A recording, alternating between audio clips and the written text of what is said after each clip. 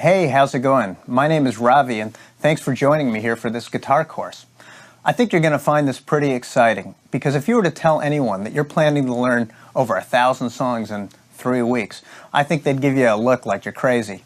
I know I would, and I'm a guitar teacher. But the reality is, you can actually do this.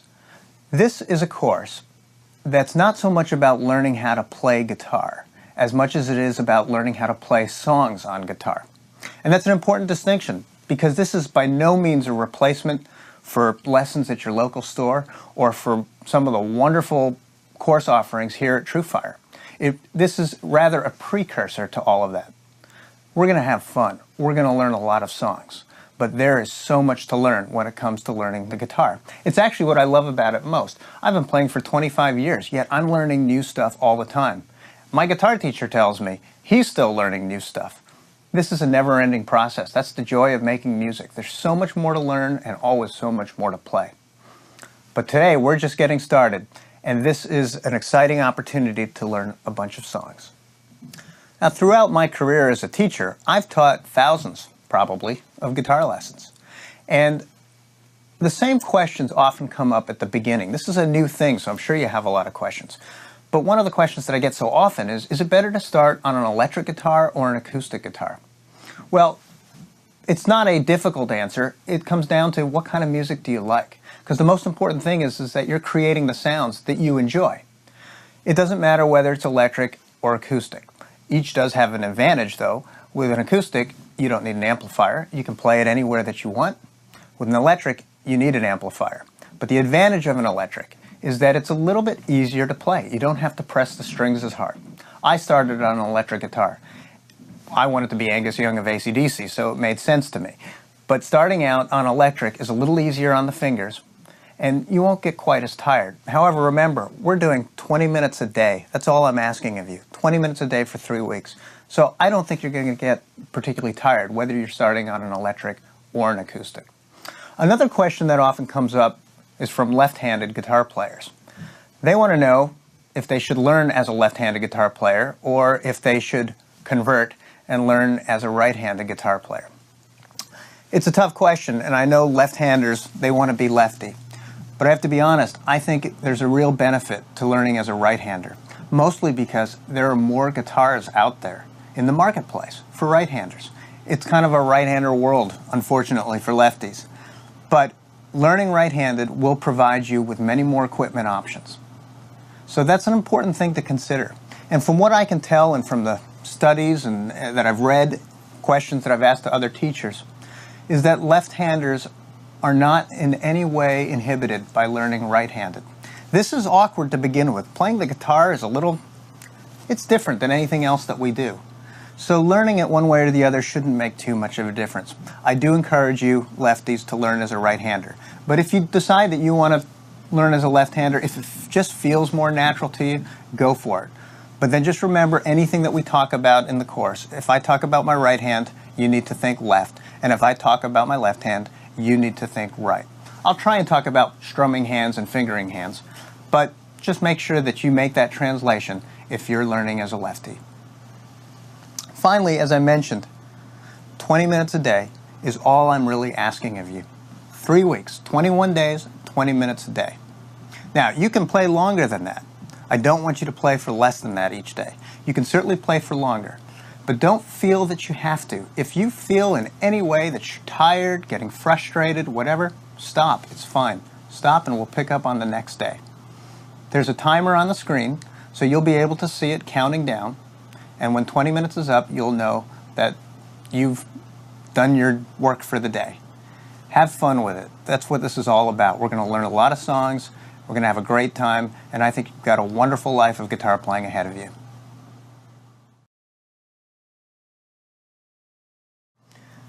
It's really important that you're always holding the guitar correctly. Good posture, good hand positions are really going to affect the sounds that you're making. So run kind of a checklist every time we begin each day. Check through your hand positions, make sure they're exactly where they need to be. If you get off to a good start every day, you're going to be in really good shape for learning a lot of songs. Now, you probably have seen a lot of guitar players, we cross our legs. By crossing our legs, it props the guitar up a little bit higher. It gives us a little bit more freedom of space right in here and allows us to be a little bit more flexible. I also encourage you to push your guitar neck forward just a little bit. This has a lot of advantages. One is it keeps your hand, your left hand, your fretting hand, out in front. And it also allows your right hand to just sort of come over the guitar a little bit more easily. Now, on an acoustic, it's a bit bulkier, so it's going to be a little different. But with the electric, as you can see, my right hand is just pretty much parallel to the strings. Posture is really important. We all have a tendency to want to look over the guitar like this and try and see where our fingers are. When you do that, your arm comes up, this angle becomes much harder. It's really important that you try to just stay behind it and make sure that your fingers are where they need to be without leaning over and looking at it. That's going to really affect your positions and your comfort. You want to remain loose, comfortable, relaxed, then you'll sound better. It's amazing. Take the tension out of your body and you'll just sound a whole lot better. Let's talk a little bit about the specifics of exactly how the hands should be. We're going to start with the left hand, and what I want you to do is make sure that you keep your fingers close to the ends of the frets. Whenever you put a finger down, automatically try and get it closer to the ends of the frets. You also want to use your fingertips when you're pressing, and you only want to press as hard as you need to in order to get a clean sound. Again, it's all about staying relaxed. You can really hear the tension when you're pressing hard. Let's take a close look at the left hand so you can really see what I'm talking about. Now, when you're putting a finger down, as I said, you want to use your fingertip. So put it right down with a nice arch in your hand. Imagine that you're holding an egg right here in your palm. That will give you the right amount of space. Push down and then slide your finger just towards the end. It shouldn't be on the fret, but anywhere in the second half of the fret. When you're in the first half, you're going to get a buzz. So always try and place your fingers in the second half of the fret. Keep in mind, that won't always be possible with some chords. If you look here, my first finger has no choice but being in the first half of this fret. That's okay. Sometimes there have to be exceptions to the rules. It's just the way it is. Another thing I want you to look at is the placement of your thumb on your left hand. If you can see, I'm keeping it just about halfway up, and I'm keeping it vertical, okay? It's pointing at the ceiling. That's important. You do not want your thumb to come to the side like that, or even the other way, because it causes your wrist to become very awkward. So keep it straight, keep it relaxed. Imagine that you're just grabbing the guitar with your middle finger and your thumb, you're pinching the neck, and you're holding an egg in your hand. If you can think about those three things, you're going to have really good hand positions for your left hand. Again, you want to press as hard as you need to get a good sound, but don't press too hard. Many beginning guitar players, they press too hard and you can really hear that tension. Okay, let's go back and take a little look at how the right hand needs to be. Again, as much as possible, you want your right arm to be parallel with the strings, just an extension of them. With an acoustic, it's unavoidable because of the width of the guitar that you're going to have an angle. But by pushing the guitar forward a little bit, as I mentioned earlier, it becomes easier to have this relaxed right hand position. This is important because when we're strumming, you don't want the strum to be in the elbow. This is not the motion you want. The motion you want is in the wrist. See the difference? The elbow versus the wrist. As they say, it's all in the wrist. So that's the way you want to approach this. Let's take a close look at my hand too, so you can really see how the pick should be held. Now, the way I always tell students to place the pick is to put your hand out like this and curl your fingers in like that. Okay, you're making a loose fist. You take your pick and you just place it right on top. Okay, see it's balanced there because of the curl of my fingers. Now all I've got to do is just put my thumb down. I don't have to hold it tightly. I can keep it very loose. Just the weight of my thumb is preventing the pick from falling out. Again, stay loose. It'll sound so much better. Then when you're strumming, again, it's all in the wrist. You see how my wrist just moves? That's exactly what you want to do. And even when you don't have a guitar in your hand, practice this motion. You don't want it to be in the elbow. And another thing you don't want is a twisting of the wrist like that. It's not meant to be twisted, but rather just to pivot up and down like that. Keep it loose and you'll have great sounding chords. Finally, always make sure that the guitar neck is slightly elevated from the floor. You don't want the headstock to sink down to the floor. That causes unnecessary strain on your left hand. Keep it up, keep it relaxed, keep it a little bit forward, and you'll do fine. One of the most important things you need to do every day, right at the beginning of the lesson, is to get your guitar in tune. There are a couple of ways to do this. We've got reference pitches right here, so go ahead and click the tuner and check that out. But I encourage you to get just a small electric tuner. These are really easy to use and they'll get you perfectly in tune every time. It's got a little microphone on it, so if you're playing acoustic, it's easy enough to just play the note and the little needle will go to the right pitch and tell you whether you're a little low, a little high. And if you're playing electric, you can just plug right into the tuner and you'll get a really nice solid signal and a very accurate reading. I can't emphasize to you enough how important it is to start every lesson in tune. It will add so much to the pleasure of the music that you're making, because if you're out of tune, it just isn't going to sound right. Every day, first thing, tune up.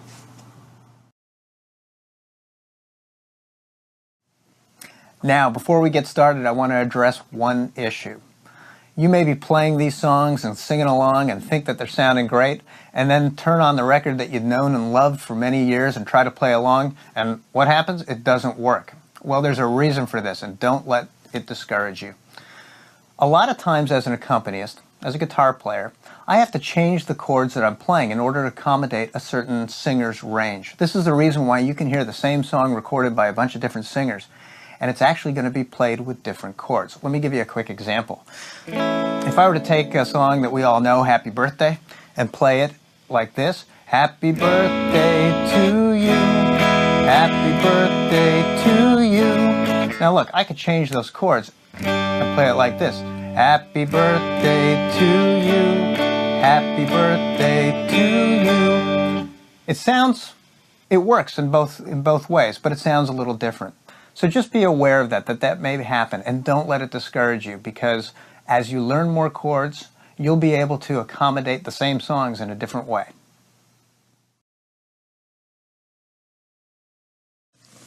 Now the fun really begins. We're going to start learning chords, and the first chord we're going to learn is A major. And just so you know, anytime you see a letter just by itself, it automatically means that it's going to be a major chord. You might see the word major after it, you might see an MAJ after the letter, or you might just see the letter. But all of it means a major chord. So, whenever you see an A, think A major. So here we go with A major, and let me just show you how to finger it. What makes the A major chord easier than a lot of other chords is that all the fingers are placed in the second fret, okay? So we're going to be right here in the second fret. And when I talk about which strings we're going to place our fingers on, we're always counting from the bottom up to the top, or from the highest pitch string to the lowest. Okay? So the first finger we're going to place is our first finger. And we're going to place it in the second fret, because all of our fingers are going to be in the second fret for the A chord. We're going to place it on the third string. So 1, 2, 3. Right here, first finger on the third string in the second fret. We're going to place our middle finger right above that on the fourth string. 1, 2, 3, 4. Right there, still in the second fret. And then our third finger we're actually going to place on the second string. 1, 2. Right here. Okay, so that's the way the A chord looks. Take a good look, and remember, keep your fingers close to the ends of the frets. You'll get the best sound that way, just as much as you can. Obviously, you can't have them all at the ends of the frets, but do your best. And use your fingertips. Keep your thumb behind the neck, and you'll be in good shape. So, with your fingers placed carefully, let's go ahead and strum all the strings to make our first chord, the A major chord. Okay, there it is. Now, yours may not quite sound like that. It might take a little bit of practice. You may have a couple clunkers or muted notes in there, and that's okay. It happens to all of us every time. You just have to adjust your fingers, keep your thumb back, use your fingertips, press maybe a little bit harder, but only as hard as you need to. You don't want to press too hard. And let's try it again, strumming the notes. And just to make sure, the best thing to do anytime you learn a new chord is play each string individually and make sure that everything is sounding perfectly clean. All right? So as soon as you get that, we can really start practicing some strumming exercises.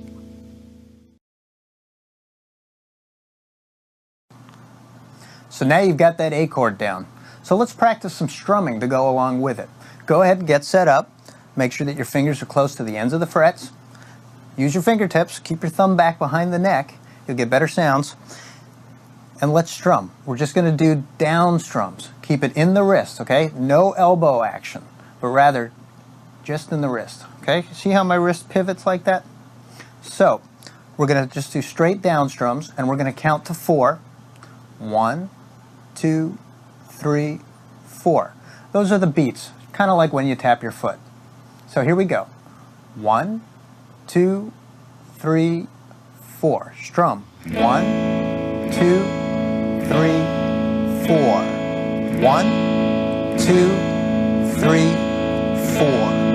1, 2, 3, 4. 1, 2, 3, 4. Go ahead and loop that. Keep practicing straight down strums. And then we should also practice some alternate strums or down up strums. They're not much harder. It's just that instead of skipping the up strum, we're actually going to strum the strings. And instead of counting 1, 2, 3, 4, we're going to count 1 and, 2 and, 3 and, 4 and. When you say the number, you strum down. When you say the and, you strum up. It's a really good idea to count out loud also. So let's try this together. Ready? 1 and, 2 and, 3 and, 4 and, 1 and, 2 and, 3 and, 4 and, 1 and, 2 and, 3 and, 4 and, 1 and, 2 and, 3 and, 4 and, 1 and, 2 and, 3 and, 4 and. Go ahead and loop that. 1, 2, 3, 4. 1, 2, 3, 4. 1, 2, 3, 4. 1, 2, 3, 4. 1, 2, 3, 4. 1, 2, 3, 4. 1, 2, 3, 4. 1, 2, 3, 4. 1, 2, 3, 4.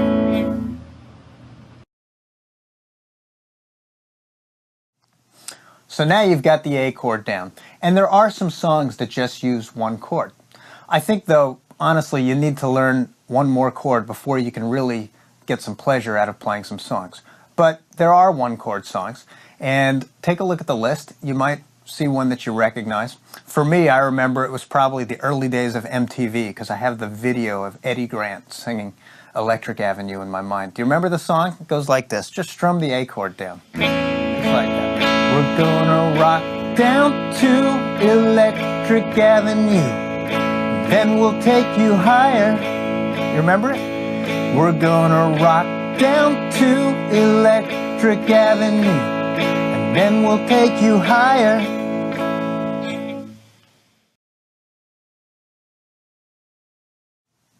So take a look at that list and see if any of these one chord songs pique your interest. If they do, strum them. Try it. Get some practice in on that A chord. And I'll see you tomorrow when we're going to learn a new chord.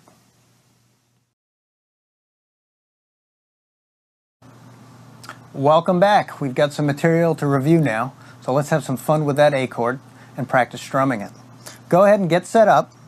Remember, keep your fingers close to the ends of the frets. Use your fingertips. Don't press too hard, just as hard as you need to in order to get a clear sound. So go ahead, make sure that your A chord is set up and that you're happy with it. And then let's just practice some straight down strums. Ready? 1, 2, 3, 4. 1, 2, 3, 4. 1, 2, 3, 4. 1, 2, 3, 4. 1, 2, 3, 4. Go ahead and loop that. And then let's also review some down up strums. Remember, when we say the numbers, we strum down. When we use the word and, we strum up. So here we go, alternate strumming.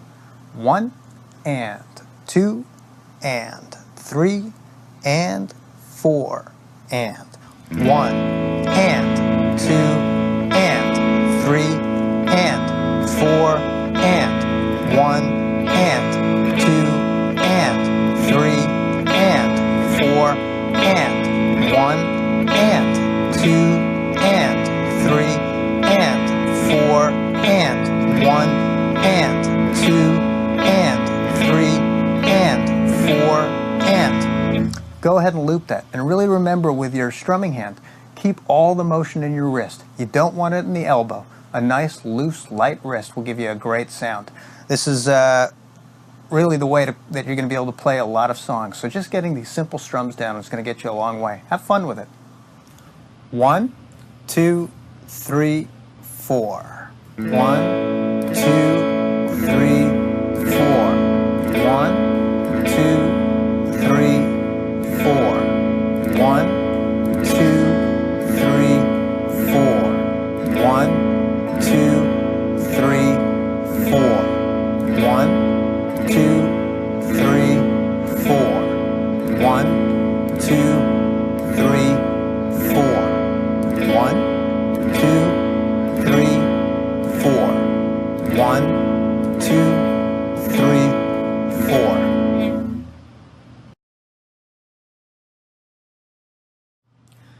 Now we're going to learn the E major chord, and this is a great follow-up to the A major that you just learned, because there's so many songs that you'll be able to play with just these two chords. So the E major, or also just known as E, is played like this. Okay, so once again, we're going to place our first finger first. That's the index finger. And we're going to put this on the 3rd string in the 1st fret. Okay, so it's going to be over here. Let's count up from the bottom, 3 strings. 1, 2, 3. Here we go. And we're going to put it right towards the end of the fret. Remember, by being closer to the end of the fret, you get a better sound without having to press too hard. Next, we're going to place our middle finger, the 2nd finger. This is going to go all the way up on the 5th string in the 2nd fret. Let's count up. 1, 2, 3, 4, 5. Now our 3rd finger is going to go right underneath that on the 4th string, also in the 2nd fret. 1, 2, 3, 4. So place your fingers using your fingertips close to the ends of the frets. Don't press too hard, but just press hard enough. And let's strum the chord down. Hopefully you're getting a nice clean sound of each string. Play each string by itself.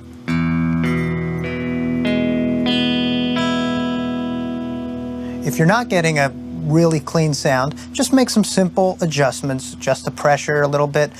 You know, whatever you need to do. All of our hands are a little different. Let's try it again.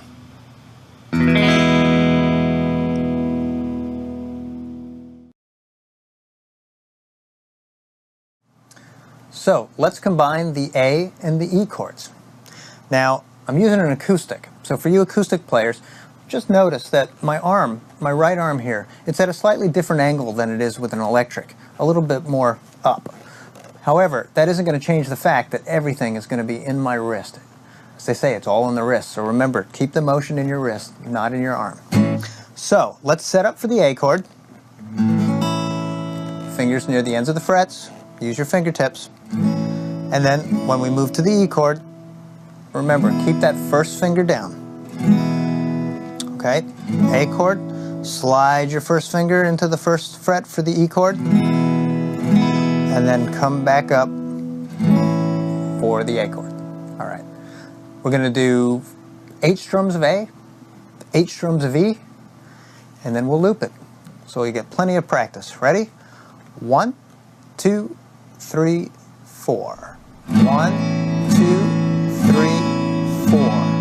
1, 2, 3, 4. To E. 1, 2, 3, 4. 1, 2, 3, 4. To A. 1, 2, 3, 4. 1, 2, 3, 4. To E. 1, 2, 3, 4. 1, 2, 3, 4. So go ahead and loop that. And then let's also practice doing this down, up. Okay, so instead of just straight down strums, counting 1, 2, 3, 4, we're going to do alternate strums.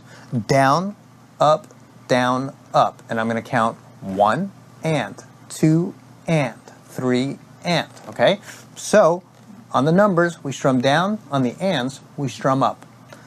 Let's try that. Here we go. Set up for the A chord. 1 and 2 and 3 and 4 and 1 and 2 and 3 and 4 and to the E. 1 and 2 and 3 and 4 and to the A. 1 and 2 and 3 and 4 and to the E. 1 and 2 and 3 and 4 and. So go ahead and loop that. And if you're having a hard time keeping up with me, don't worry about it. You'll get there. Just do the best that you can for now. If it takes you a little bit of time to make that chord change, that's okay. The more you practice it, the faster you'll get, and you'll really start to enjoy playing these chords. 1, 2, 3, 4. 1, 2, 3, 4. 1, 2, 3, 4. 1, 2, 3, 4. 1, 2, 3, 4. 1, 2, 3, 4.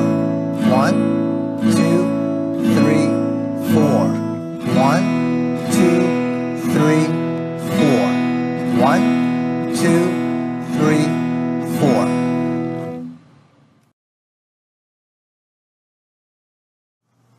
So now, with the A chord and the E chord, there are a bunch of songs that you can play. For example, take Sublime's What I Got. It starts with the E chord, and then it goes to the A chord. And just for example purposes, we're just going to keep the strumming real simple, like that. 2 strums of E, 2 strums of A. 'Cause loving is what I got. Loving is what I got. So you get the idea. Tomorrow we're going to add in some strumming techniques, because when you combine strums with chords, you really get the feel for a song. And I'll just give you a taste of that on the same song so that you can see it.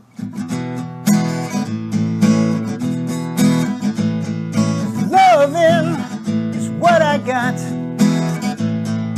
Loving is what I got.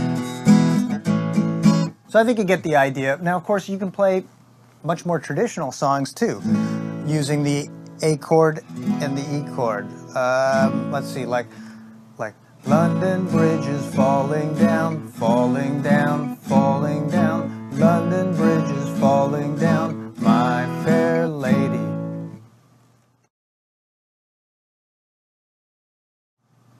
So now take a look at the list of songs that you can play using just these 2 chords.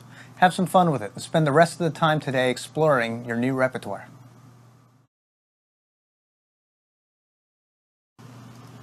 Okay, now you got a couple of chords down. You've got the A major and the E major chord down. So the trick now is to put them together, and I think you'll realize you can play a lot of songs just with these 2 chords. So first, let's just practice strumming these. Straight down strums. We're going to do 8 strums of A, followed by 8 strums of E, and then we'll go back and repeat that. And use the loop function so that you can really practice them and get really good at changing these chords. So here we go. I'm going to count us off. 1, 2, 3, 4. 1, 2, 3, 4. 1, 2, 3, 4. Change to E. 1, 2, 3, 4. 1, 2, 3. Back to A. 1, 2, 3, 4. 1, 2, 3, 4. 1, 2, 3, 4. 1, 2, 3, 4. So go ahead and loop that. And let's take a closer look at the hands so you can really see them. 1, 2, 3, 4. 1, 2, 3, 4. 1, 2, 3, 4. 1, 2, 3, 4. 1, 2, 3, 4. 1, 2, 3, 4. 1, 2, 3, 4. 1, 2, 3, 4. 1, 2, 3, 4.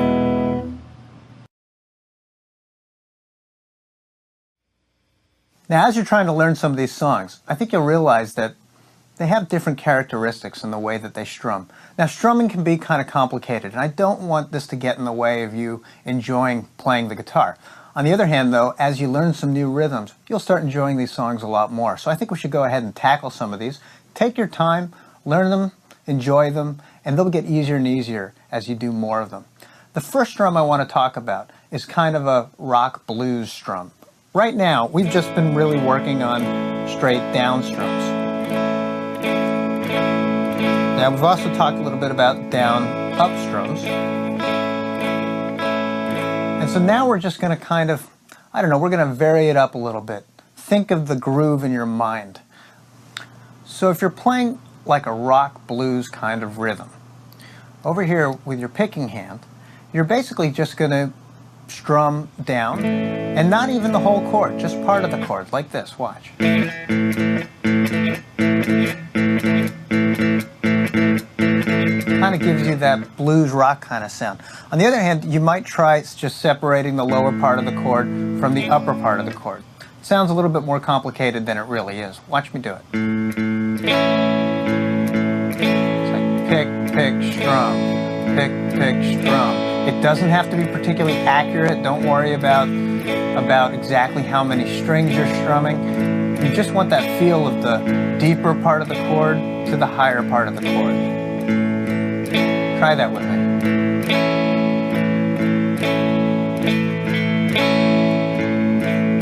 So there might be some songs that sound better if they're played like this. And then there's some that might sound better if they're played like this. It's all up to you and how you hear the song. These are just different ideas of how you can capture it. Now, if it's a slower song, maybe you just want to do each string by itself, like the way that we practice the chords. You could go down and then back up.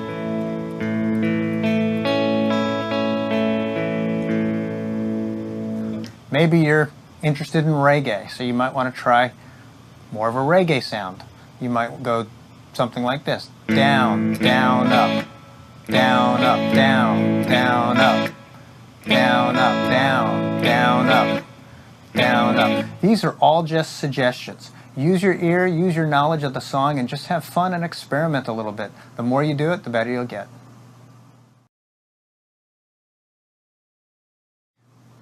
So let's go ahead and put this together now. We've got our A chord, and we're going to switch between the A and the E. So go ahead and set up for both of those, the A, and just practice that switch to the E, and then back to the A.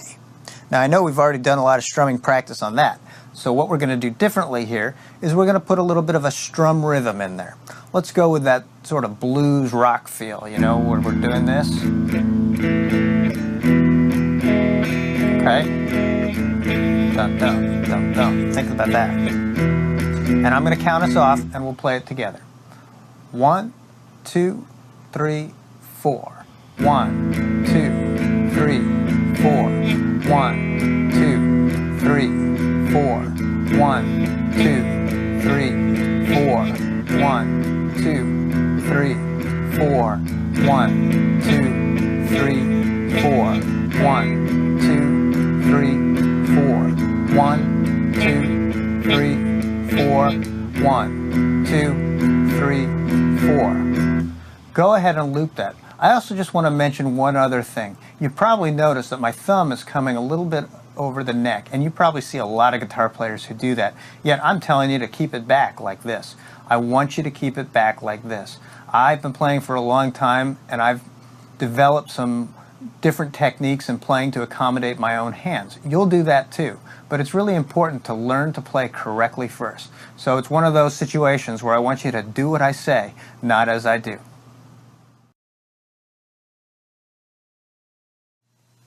Now, you've got 2 chords down, the A and the E. Look at the list. Look at how many songs you can play with just these 2 chords. Spend the rest of the time today playing some of your favorite songs off of that list. I'll see you tomorrow.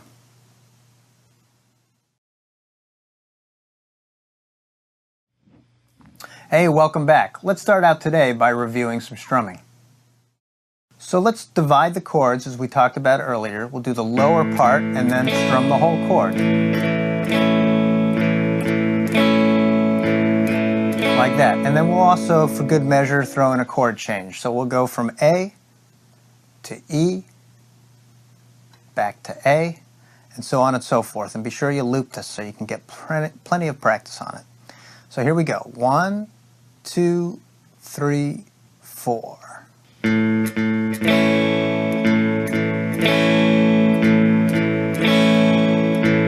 ahead and change.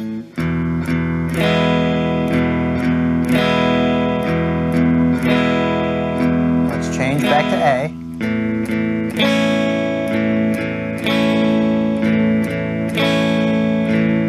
Go back to E.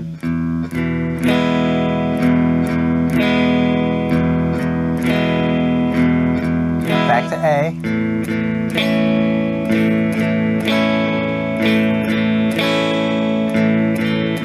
Back to E.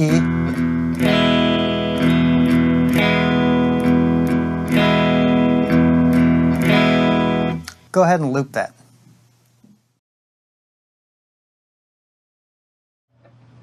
Now we're really going to add to your arsenal of sounds. We're going to learn the D major chord, or just sometimes known as the D chord. So again, we're going to start with your first finger. We're going to place that on the 3rd string in the 2nd fret. 1, 2, 3. My 3rd string in the 2nd fret. Your 2nd finger is going to go on the 1st string, also in the 2nd fret. So right there on the 1st string. Your 3rd finger is going to go on the 2nd string, this time in the 3rd fret, just next door. 1, 2. So here you go. Now you've got the D chord. Let's strum it. Now it's best with the D chord to just strum 5 strings. We're going to leave out the low string here. This isn't essential, but I think you'll like the sound a little bit better. Let's try each string by itself. Making sure that we have a really nice clean sound. That's the D major chord.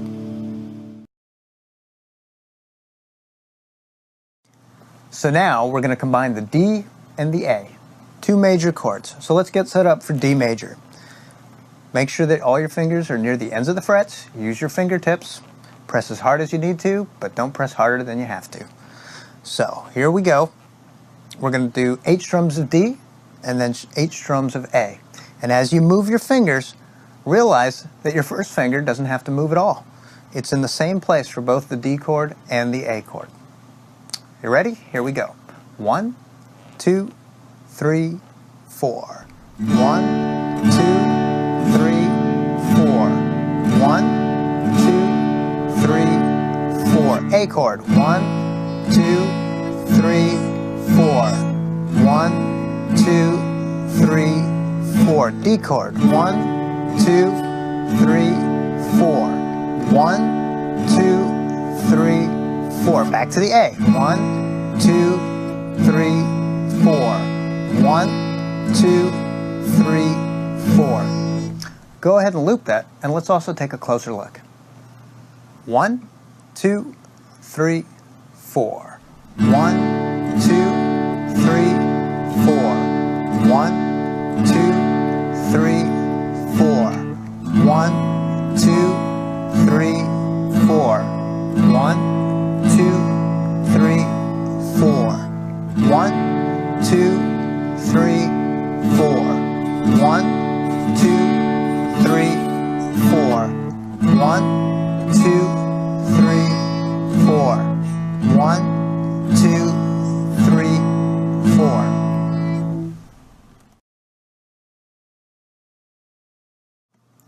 So now we've got another chord to play with.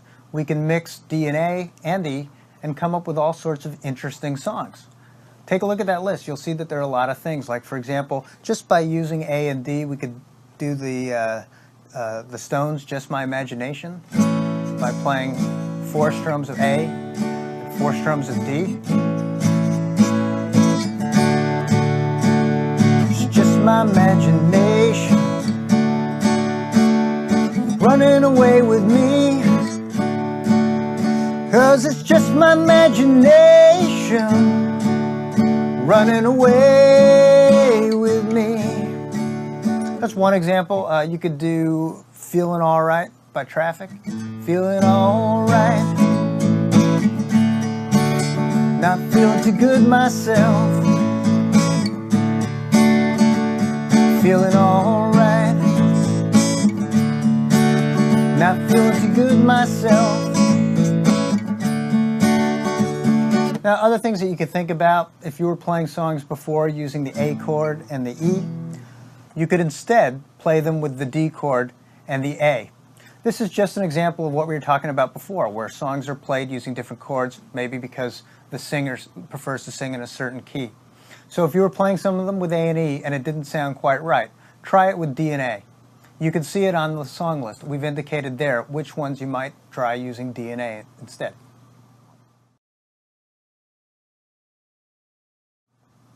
So go ahead and look at that list, pick out a few songs you want to play, and spend the rest of today's lesson playing the songs that you love.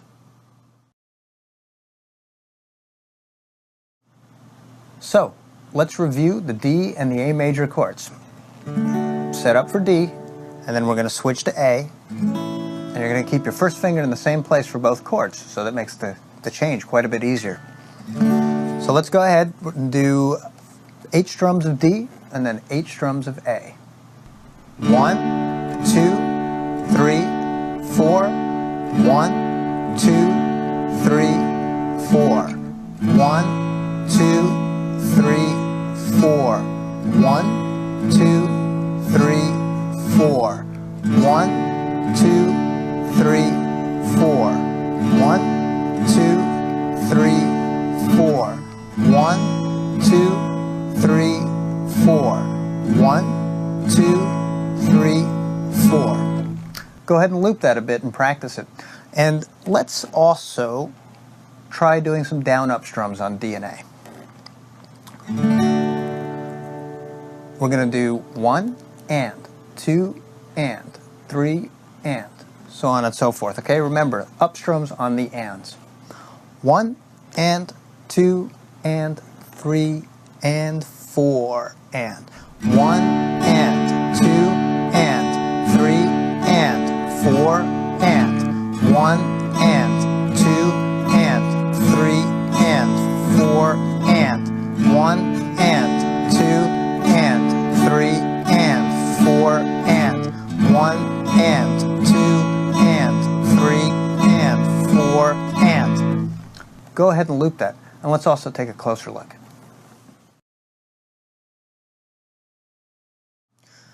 So now we're going to practice some strumming using the D and the A chords. And the kind of strum we're going to do is the lower part of the chord and then the rest of the chord. The root, then the rest. Now we don't have to be very specific on which strings we're strumming, we just want that kind of sound. So we'll do that maybe 4 times. And then we'll switch the chord to the next one, to the A chord. And we'll do that 4 times. So I'm going to count us off. Let's play it together and make sure you loop. 1, 2, 3, 4. 1, 2, 3, 4. 1, 2. Get ready to change.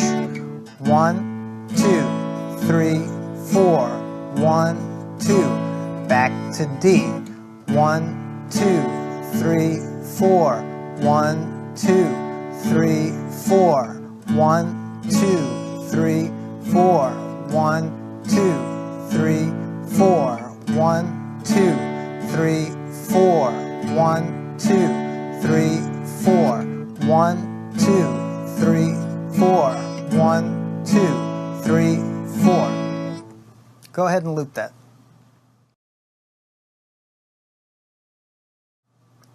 Now here's another rhythm to practice, very similar, although this time we're going to use the A chord and the E chord.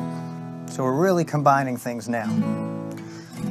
Now instead of just using the lower and the higher like we just did, we're going to use the lower, and then for the higher we'll go down and up. So think 1, 2, and 3, 4, and 1, 2, and 3, 4, and then we'll switch the chord and do the same thing on the E. We'll go back and forth, I'll count us off, and make sure you loop it afterwards. Here we go. 1, 2, and 3, 4, and 1, 2, and 3, 4, and 1, 2, and 3, 4, and 1, 2, and 3, 4, and 1, 2, and 3, 4, and 1, 2, and 3, 4, and 1, 2, and 3, 4, and 1, 2, and 3, 4, and 1, 2, and 3, 4, and... Go ahead and loop that.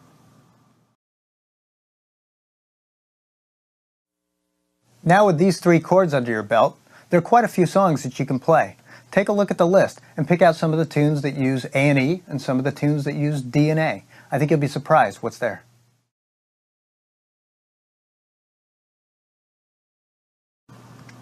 Well, now you've got 3 chords down. You've got the A, you've got the D, and then you've got the E. So with these 3 chords, you can play a lot of songs. But first, you got to practice playing them together and getting those changes pretty smooth, okay?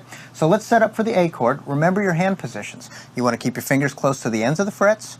You want to press only as hard as you need to. Not too hard, but hard enough. And what's also important when you're switching between chords is recognizing which fingers you can leave down. You may have to slide them back and forth, but you don't necessarily have to pick them up. For example, the A chord, when you move that to the D chord, your first finger stays in the same place. You don't have to move it at all. And then when you go to the E chord, you're just going to slide your first finger back to the first fret and put the other 2 fingers down. And then coming back to the A chord, slide your first finger back into the second fret and put your other 2 fingers down. Really work on that. Try and see those opportunities where you don't have to pick up a finger. So, here we go. I'm going to count it off, and we're going to do 4 strums of A, 4 strums of D, 4 strums of E, 4 strums of A, and then we're going to loop that, okay? So here we go. 1, 2, 3, 4. 1, 2, 3, 4. To D. 1, 2, 3, 4. And to E. 1, 2, 3, 4. Back to A. 1, 2, 3, 4. Stay on A. 1, 2, 3, 4. To D. 1, 2, 3, 4. To E. 1, 2, 3, 4. And back to A. 2, 3, 4. Go ahead and loop that. Have fun with it. And then let's also get a close-up of my hands so you can really see the positions. 1, 2, 3, 4. 1, 2, 3, 4. 1, 2, 3, 4. 1, 2, 3, 4.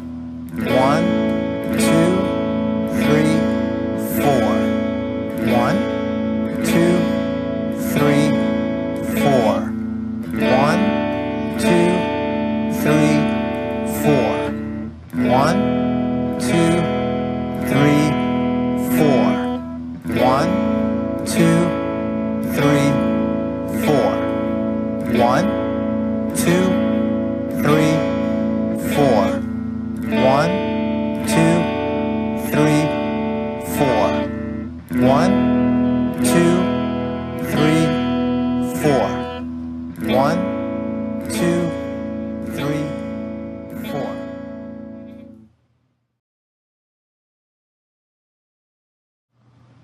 So now look at that list of songs that you can play. The A, D, and E chords allow you to play so many songs. I'm sure there are plenty that you can choose from that you've always wanted to play. Even on a festive occasion. Happy birthday. Happy birthday to you. Happy birthday to you. Happy birthday to whoever. Happy birthday to you. Or if you're more in a Beatles mood or something like that, you could do twist and shout. Come on, baby now. Come on, baby. Twist and shout. Twist and shout. Or maybe a little Van Morrison.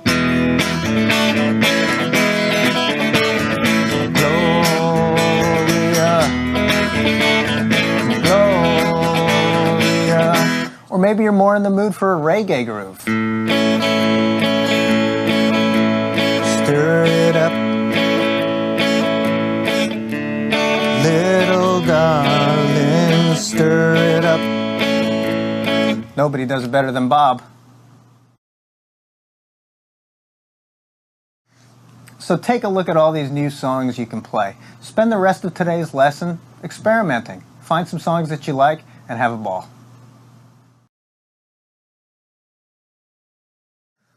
So now we're going to try another strum pattern using the A, the D, and the E chord. We're going to do all down strums, but we're going to be a little rhythmic. We're going to do 2 A's, and then we'll do 2 quick D's, and then 2 E's, and then back to D for 2 quick ones. I think by practicing the chords this way, you'll recognize this in some songs. Let me count us off. 1, 2, 3, 4. A, D, D, E, E, D, D, A, D, D, E, E, D, D, A, D, D, E, E, D, D, A, D, D, E, E, D, D.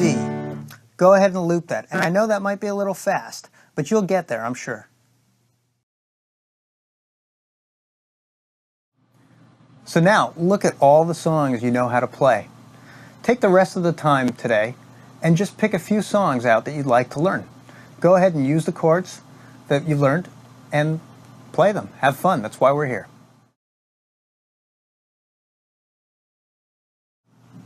Now we're going to learn the G chord, and you're going to spread your fingers across the entire width of the fretboard to learn this one. It's a big sound, really cool chord. Okay, so we're going to place our first finger first. We're going to put it on the 5th string in the 2nd fret. 1, 2, 3, 4, 5. Now we're going to place our 2nd finger right above that on the 6th string in the 3rd fret. 1, 2, 3, 4, 5, 6. Our 3rd finger is going to go all the way down on the 1st string in the 3rd fret. Okay, so right there. Now let's strum it and see how it sounds. Let's check for clarity, 1 string at a time.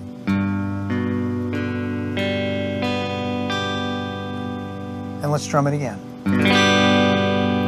Sound good? I hope so.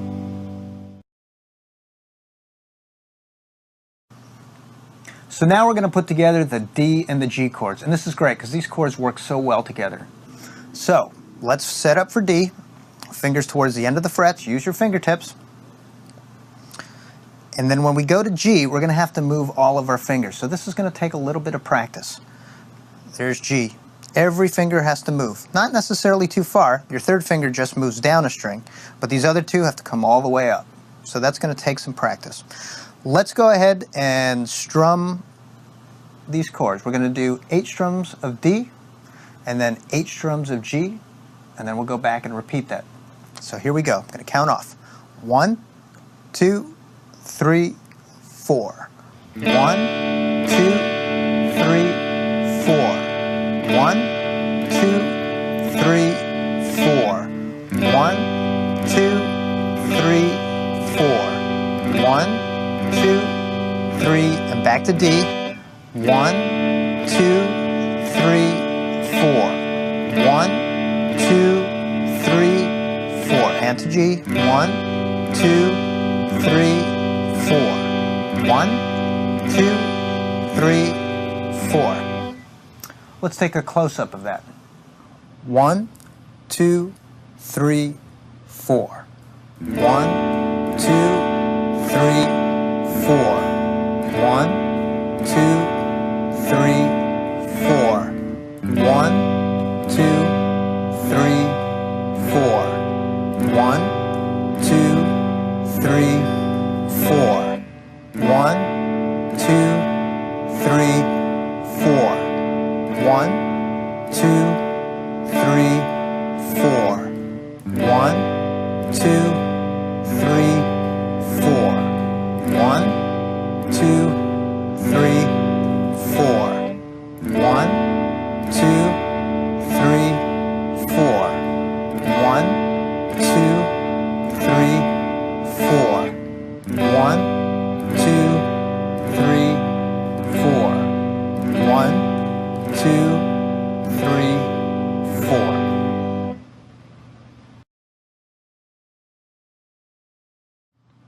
So now that we got the G chord down, we've got some options. Some of those songs that you were playing before, maybe using A and E, you might want to try using G and D instead. This goes back to what I was talking about earlier, where sometimes we have to make some modifications with the chords that we're playing in order to accommodate a certain singer's range. So if the songs weren't sounding quite right to you before using A and E, try some of those same songs using G and D. Let me just give you a quick example. London Bridge is falling down.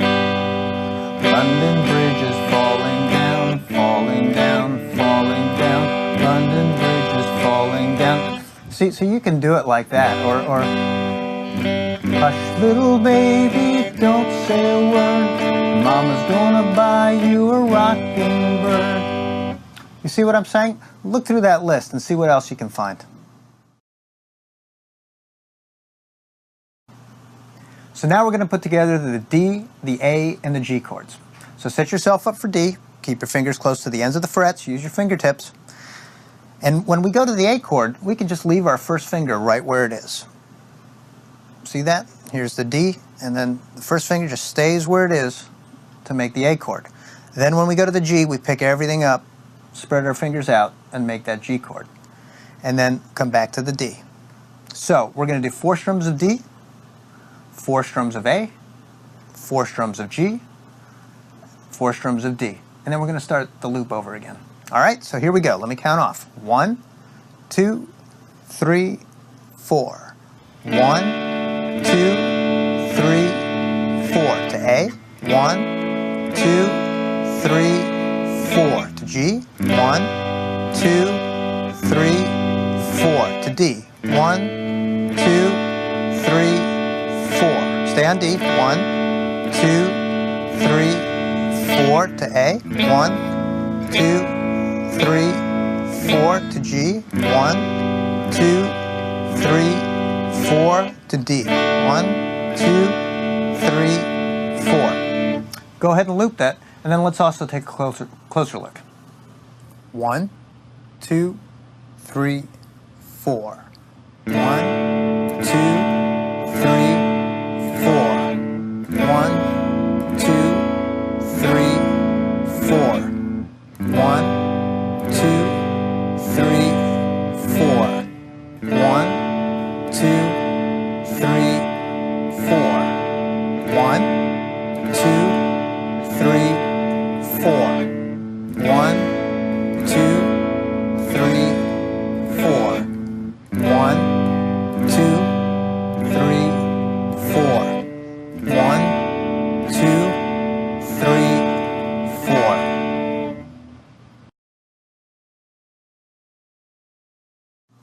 So now, also using G, let's put 3 chords together, D, G, and A, and you'll find some songs. It's the same idea. You might have been playing some songs before using A, D, and E. Well, let's try them with D, G, and A instead, and maybe they'll sound a little bit better to you. You might prefer them in that key. For example, one of the songs that I remember from when I was a bit younger, I love rock and roll, put another dime in the jukebox, baby, I love rock and roll. Get that kind of rock strum going there. Or another one I used to play in my high school band, I see the bad moon rising, I see the vanish in the haze. So you get the idea. Try these songs out.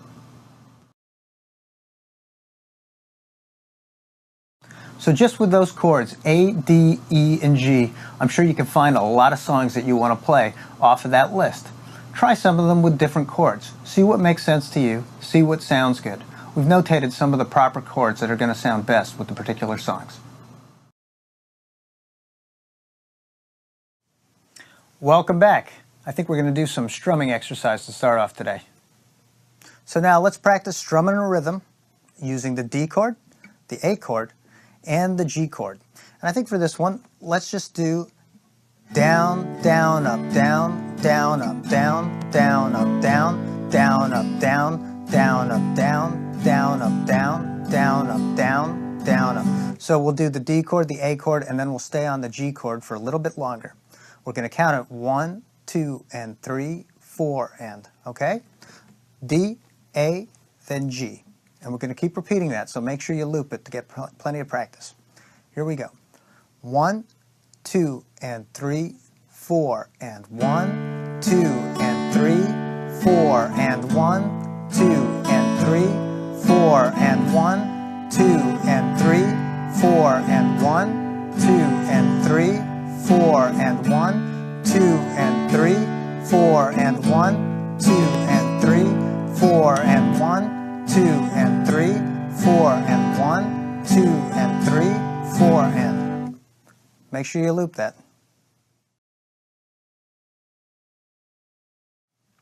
For this strumming exercise, let's go back to one of those kind of rock blues sounds. We're just going to play the lower parts of each chord. We're going to use the A chord, the D chord, and the E chord. And we're just going to strum the lower part in this kind of a rhythm. Okay? The A, the D, and the E. 1, and 2, and 3, and 4, and 1, and 2, and 3, and 4, and 1, and 2, and 3, and 4, and 1, and 2, and 3, and 4, and 1, and 2, and 3. Stay on the A.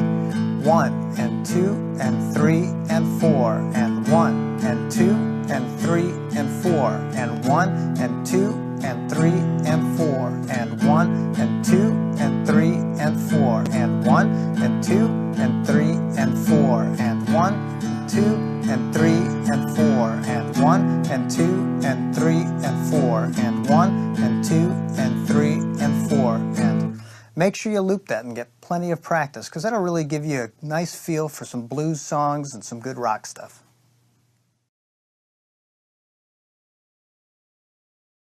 That song list is really growing. So for the rest of this lesson, just take a look at it, realize how many songs you can play, pick a few that you like, and go ahead and practice them.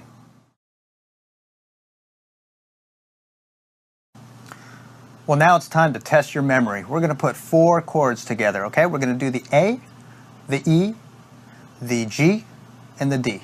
And we're just going to loop them around, 4 strums of each, okay? So we're going to start with the A, then we're going to go to the E, just sliding your first finger back and placing the other 2 fingers down. Then we're going to go to the G, pick everything up, go to the G, and then we're going to go to the D. Again, you got to pick everything up to get back to the D. So I think you'll like the way these 4 chords sound together. Let's start with the A. We're going to do 4 strums of each chord. Here we go. 1, 2, 3, 4. 1, 2, 3, 4. 1, 2, 3, 4. 1, 2, 3, 4. 1, 2, 3. Back to A. 1, 2, 3, 4 to E, 1, 2, 3, 4 to G, 1, 2, 3, 4, and to D, 1, 2, 3, 4. Now, if this seems a little fast for you, don't worry about it. You'll catch up. I'm playing them this way because I want you to get to the point where you can do that. But just do the best that you can right now. If you miss the chord change, just join me as soon as you can. But as you keep practicing this and loop it, you'll do better and better. Let's take a closer look at the hands. 1, 2, 3, 4. 1, 2, 3, 4. 1, 2, 3, 4. 1, 2, 3, 4. 1,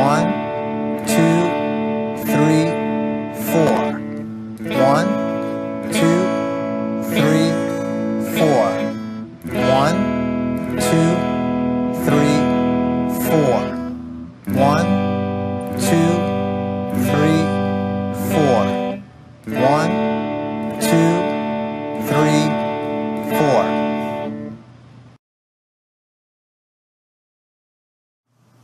So now, using the 4 major chords, E, G, D, and A, there are more songs that you can be playing. And let's try some different grooves. Now don't think that every chord has to be played with the same groove. For example, you could just strum the E, strum the G, and then do a different strum for the D and the A. Like that. Listen to that. If I were to play it more quickly, it would sound like this.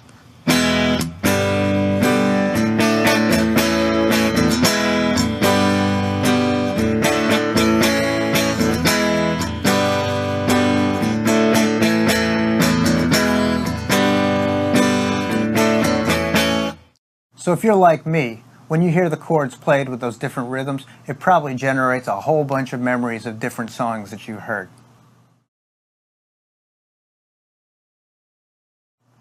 So now, take a look at this list of new songs that use 4 chords. See if you can find some songs that you like, and spend the rest of today's lesson practicing them. Enjoy!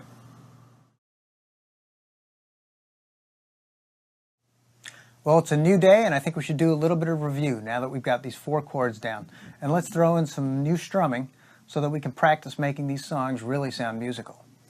So, starting with the A chord, we're going to play it twice. Then with the E chord, we'll also play it twice, but we'll play it faster. Then we'll go to the G chord slow, twice.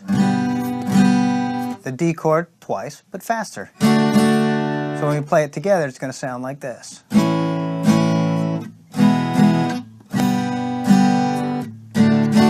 One, two. I'll count us off, and let's play it together. 1, 2, 3, 4.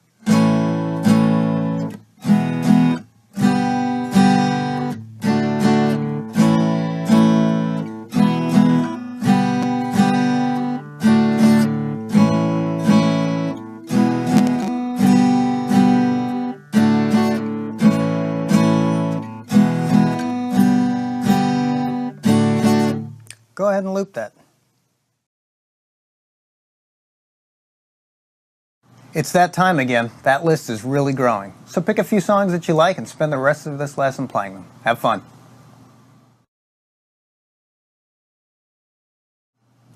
Now we're going to learn the C major chord, also known as the C chord. And this is a great one to learn right now because it goes really well with the G chord that you already learned. You're going to be able to play a lot of songs just with these 2 chords alone. The C chord is the first chord that we're learning where each finger has its own fret. So we're going to put the first finger on the 2nd string in the 1st fret. 1, 2. We're going to put our 2nd finger on the 4th string in the 2nd fret. 1, 2, 3, 4. Now we're going to take our 3rd finger and stretch it all the way to the 3rd fret on the 5th string. 1, 2, 3, 4, 5. It's a bit of a stretch, so make sure your hand positions are as they should be. Try to use the tips of your fingers as much as possible. Keep your fingers close to the ends of the frets. Let's just strum all the strings for now. Most people only strum 5 strings, but we can go ahead and strum all 6 with this C chord. It'll give us a nice big sound. And let's strum each one individually for clarity.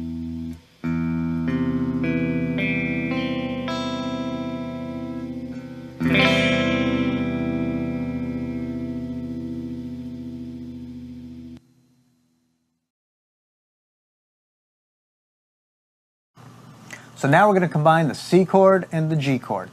So let's set up for C. Remember, each finger has its own fret. Get a nice stretch, keeping your fingers close to the ends of the frets, and you'll get a good sound. When you move to G, you got to move all your fingers. Okay, so we're going to practice this, and I want you to practice it a lot with the loop, and it'll become second nature. So here we go. We're going to do 8 strums of each. Okay, 1, 2, 3, 4. 1, 2, 3, 4. 1, 2, 3, 4. Let's go to G. 1, 2, 3, 4. 1, 2, 3, 4. Back to C. 1, 2, 3, 4. 1, 2, 3, and to G. 1, 2, 3, 4. 1, 2, 3, 4. Now go ahead and loop that, and then we'll also take a closer look. 1, 2, 3, 4. 1, 2, 3, 4. 1, 2, 3, 4. 1, 2, 3, 4. 1, 2, 3, 4. 1, 2, 3, 4. 1, 2, 3, 4. 1, 2, 3, 4. 1, 2, 3, 4.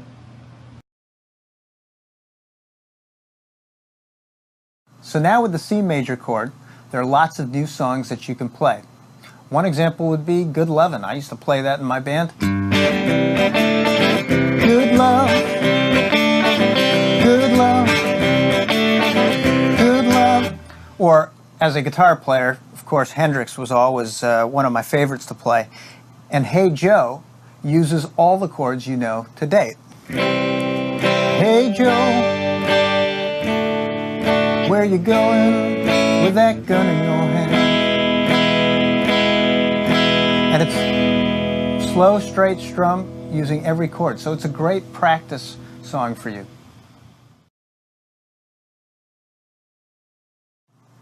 So take a look at the new song list, find a few that you like, and spend the rest of today's lesson practicing them. Have fun.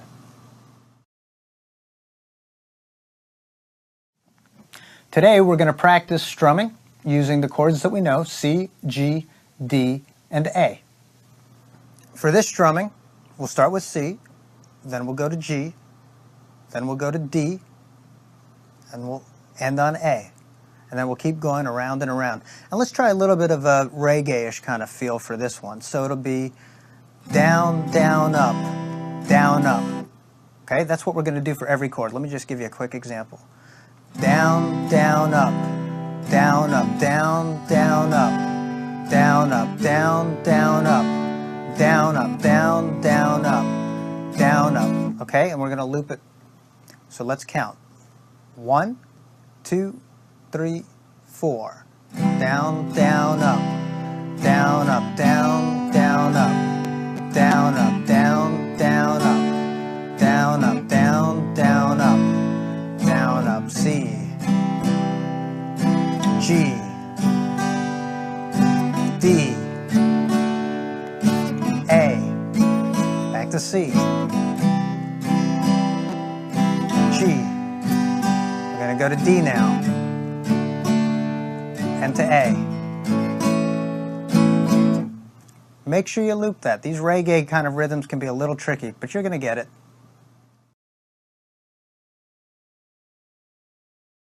So go ahead and pick out some more tunes off of that long list of songs that you're learning.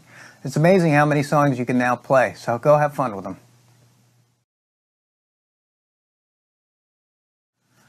Now we're going to learn our first minor chord. This is called A minor. Sometimes you see it written just with an M-I-N, or it might be written out as A minor, but the most frequent way that you'll see it is the letter A followed by a small M. Stands for minor, A minor. So we're going to put our first finger on the second string in the first fret. 1, 2. We're going to put our second finger on the fourth string in the second fret. 1, 2, 3, 4. And we're going to stick our third finger right underneath that on the third string, also in the second fret. 1, 2, 3. Now you're looking at it and probably thinking that looks a lot like the E chord that I already learned. Well, you're right, it does. It's basically the same fingering, except that everything is just a string closer to the ground. So let's go ahead and strum all the strings. Again, a lot of players would only strum 5 strings for this chord, but you can strum all 6. It'll give a nice big sound. That's the A minor chord. Let's see how each string sounds by itself. And strum it down.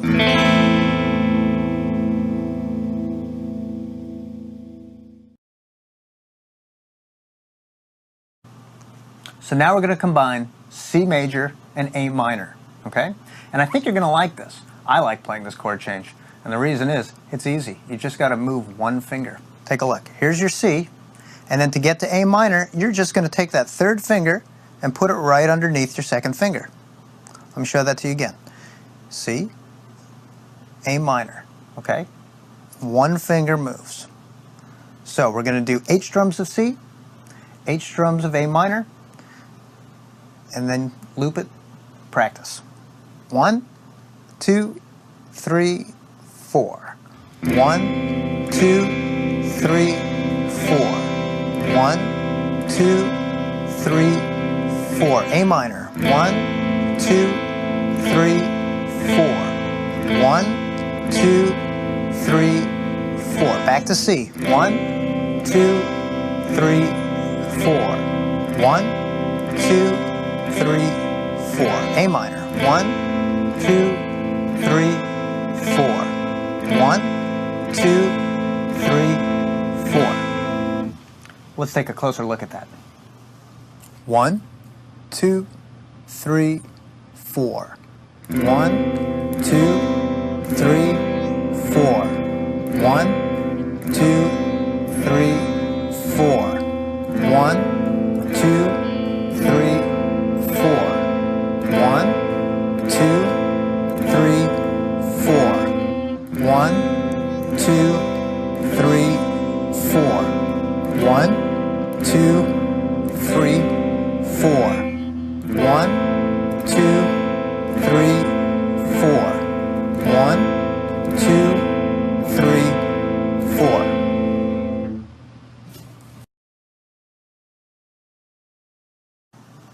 So now we're going to do A minor, G, and D.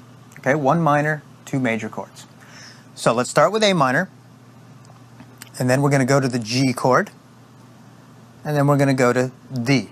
Okay, 4 strums of A minor, 4 strums of G, 4 strums of D, and then 4 strums of A minor again, and then we'll loop it. So here we go. Ready? Set up for A minor.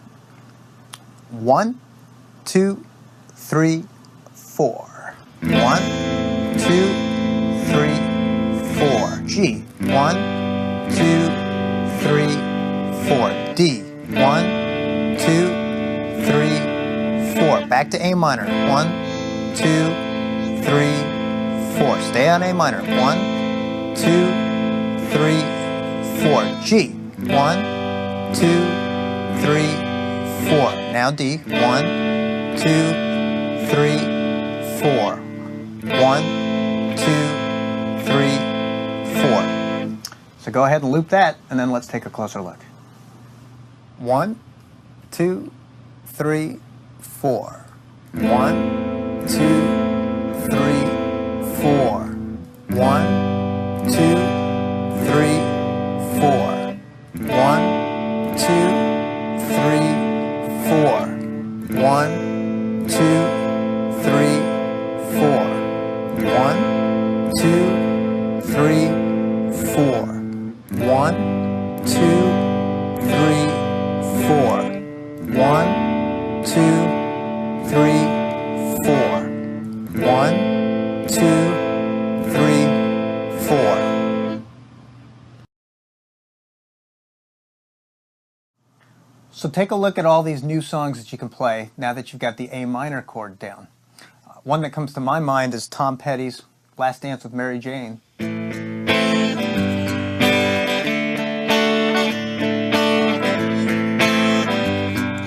And keep in mind, I'm using that strum pattern of playing the lower notes and then the chord, the lower notes and then the chord. That really gives the feel for that song.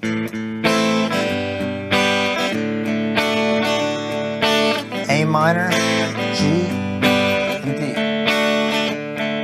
Or if you're more in the mood for a ballad, you could play Knockin' on Heaven's Door just by using G, D, and A minor.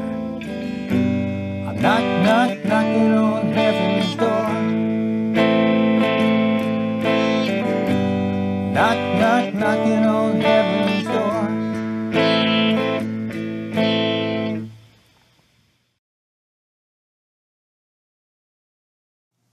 So go ahead and check out that song list. There must be a lot of new songs there that you've wanted to play.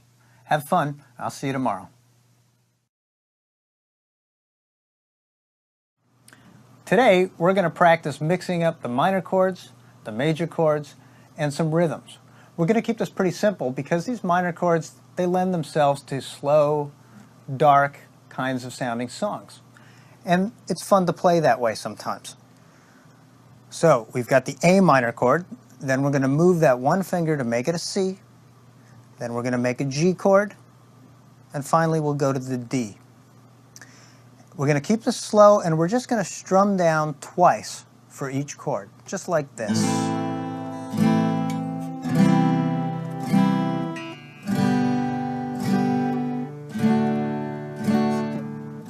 Okay, so the strumming's not complicated, but we're moving through these chords pretty quickly. Let me count us off. 1, 2, 3, 4. 1, 2, 3, 4. 1, 2, 3, 4. 1, 2, 3, 4. 1, 2, 3, 4.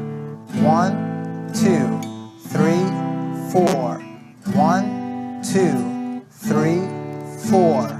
1, 2, 3, 4. 1, 2, 3, 4. Go ahead and loop that.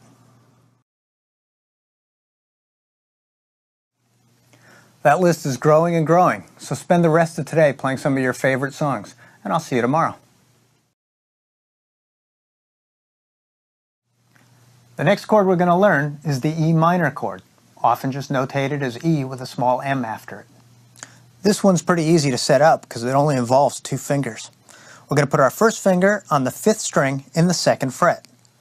1, 2, 3, 4, 5. And we're going to put our second finger right underneath it on the 4th string in the same fret. 1, 2, 3, 4. And that's it. Just these 2 fingers. So let's go ahead and strum all the strings and see what an E minor chord sounds like. Check each string by itself. And then go ahead and strum it again. That's the E minor chord.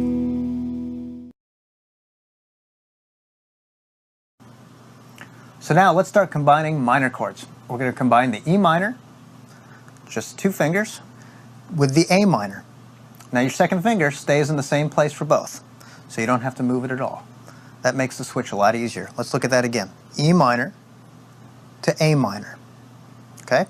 We're going to do 8 strums of E minor, 8 strums of A minor. So set up for E minor. Here we go. 1, 2, 3, 4. 1, 2, 3, 4. 1, 2, 3, 4. A minor. 1, 2, 3, 4. 1, 2, 3. Back to E minor. 1, 2, 3, 4. 1, 2, 3, 4.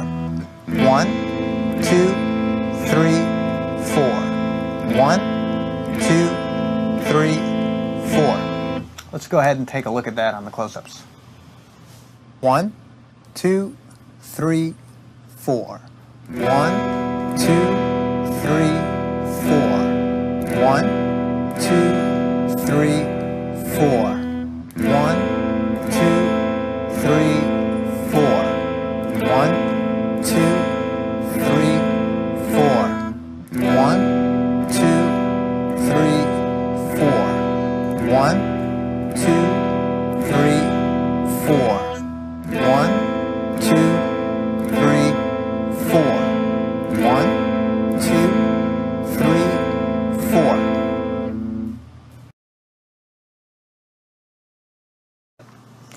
So now we're going to combine G, E minor, A minor, and D. And some of these share common fingers, so the chord changes are easier than you might think. Let's take a look at G. Set up. your first finger stays in the same place when you switch to E minor. Take a look. Okay, let me do that again. Here's G. The first finger stays where it is for E minor. Now, when we go to A minor, the second finger stays where it is. So we lift up the first, replace it, and put down the third finger. Take a look at that again. E minor, the second finger stays where it is, and we go to A minor. Then we're going to go to the D chord. For that, we've got to jump all of our fingers, okay? Take another look at that change, A minor to D, and then we're going to go back to G, okay? So we're going to do 4 strums of each chord. We're going to start with G, then 4 strums of E minor, 4 strums of A minor, 4 strums of D. You ready? Let's go. 1, 2, 3, 4. 1, 2, 3, 4. E minor. 1, 2, 3, 4. A minor. 1, 2, 3, 4. D. 1, 2, 3, 4. Back to G. 1, 2, 3, 4. E minor. 1, 2, 3, 4. A minor. 1, 2, 3, 4. D. 1, 2, 3, 4. Go ahead and loop that, and then let's take a close look so you can really see those common fingers. 1, 2, 3, 4. 1, 2, 3, 4.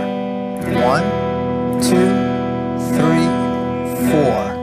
1, 2, 3, 4. 1, 2, 3, 4. 1, 2, 3, 4. 1, 2, 3, 4. 1, 2, 3, 4. 1, 2, 3, 4.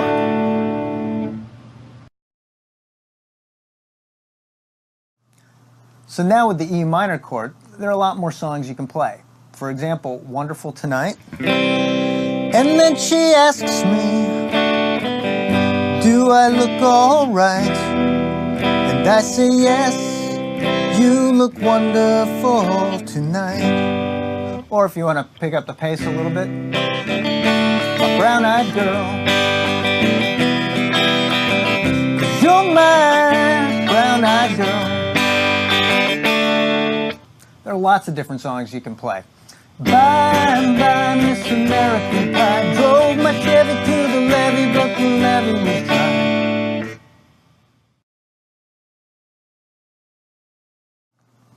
Take a look at that list, experiment with the new chords, and have fun learning more songs. I'll see you tomorrow.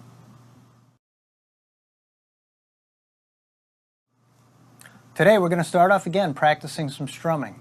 The chords that we already know, G, E minor, C, and D. And we're going to keep the strumming pretty simple, but again, we're going to start moving through these chords a little bit more quickly.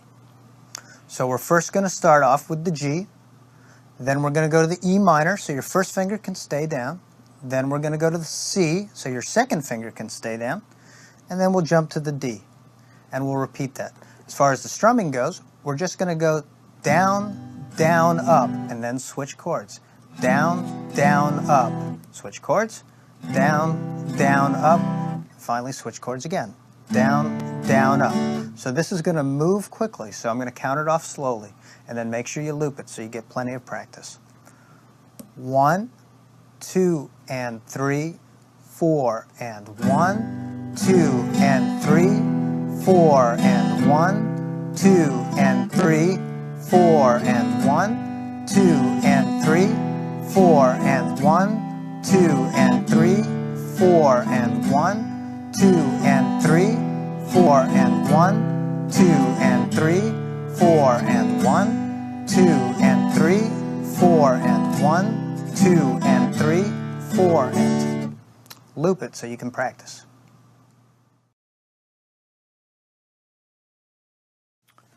Your repertoire is getting very impressive, so let's spend some time playing some of those tunes that you really like, and we'll pick up where we left off tomorrow. Well, we've come to our last chord. It's the D minor chord. And it's a great one to end this because adding this to the other minor chords that you've learned, as well as integrating it to a lot of the major chords, will allow you to play a lot of different songs. So here we go, the D minor. So like the C major chord that we learned earlier, the D minor requires each finger to be in its own fret. So the first finger is going to be in the first fret on the first string. The second finger is going to be on the third string and in the second fret. 1, 2, 3. And the third finger is going to be on the second string stretched out to the third fret. 1, 2 on the second string. So there we go. That's how we finger a D minor chord. Now we're going to strum, let's strum 5 strings, okay? So leave out the deepest string, the one closest to you, and let's just strum the bottom 5. And that's the D minor. Let's do each string by itself. And then let's strum it again.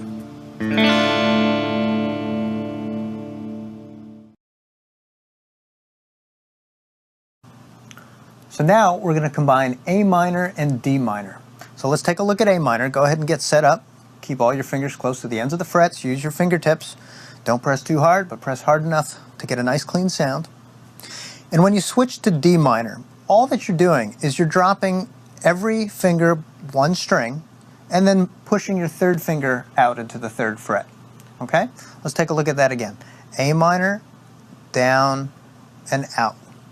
So let's try and strum this in time. We're going to do 8 strums of A minor and then 8 strums of D minor. Here we go. 1, 2, 3, 4. 1, 2, 3, 4. 1, 2, 3, 4. To D minor. 1, 2, 3, 4. 1, 2, 3, 4. Back to A minor. 1, 2, 3, 4.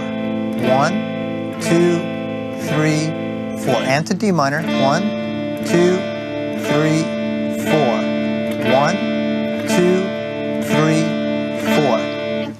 Go ahead and loop that and then take a closer look. 1, 2, 3, 4. 1, 2, 3, 4. 1, 2, 3, 4. 1, 2, 3, 4. 1, 2, 3, 4. 1, 2, 3, 4. 1, 2, 3, 4. 1, 2, 3, 4. 1, 2, 3, 4.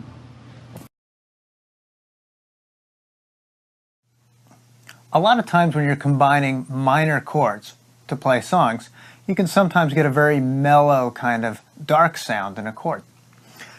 And what you might want to try and do is just pick the strings individually when you're playing minor chords.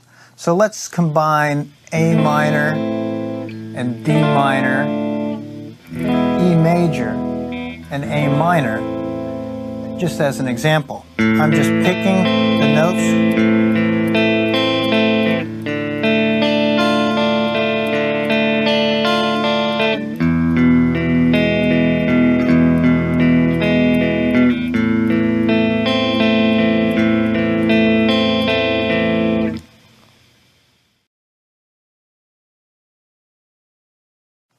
So go ahead and look through the list of new songs. I'm sure you can find some songs that you'd like to play.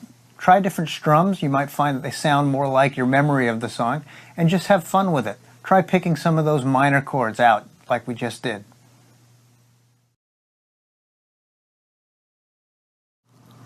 Today we're going to start off practicing some rhythms using the C chord, the E minor chord, the D minor chord, and finally the G chord. So we're going to do down, down, up, down, down, up, down, down, up, down, down, up, down, down, up, down, down, up, down, down, up, down, down, up. You got that?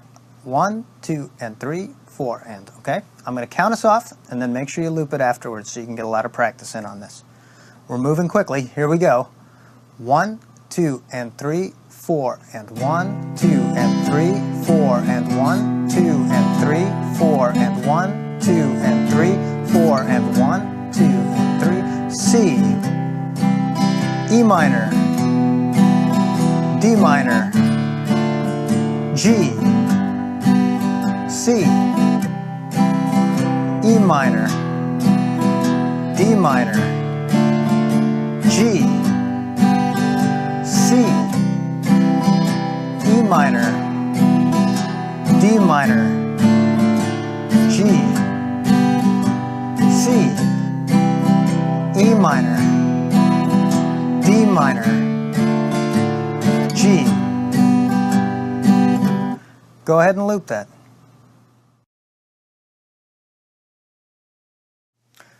Now with all these chords under your belt, you could play for hours. So go ahead, spend some time, learn some of your favorite tunes. I'll see you tomorrow.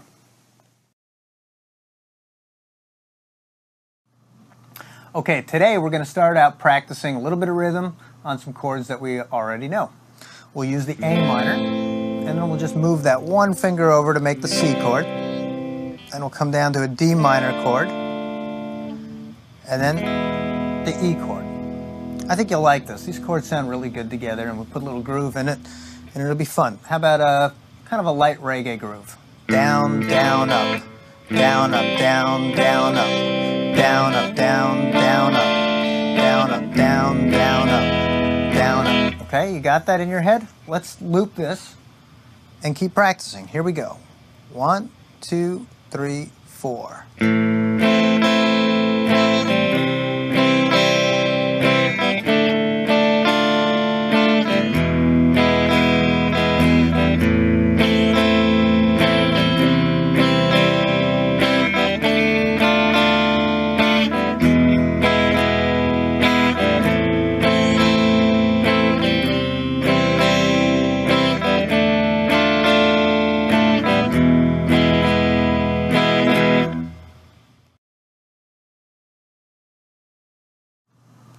So now, using these chords and all the chords you've learned to date, you've got a nice little arsenal with which you can play lots of cool songs.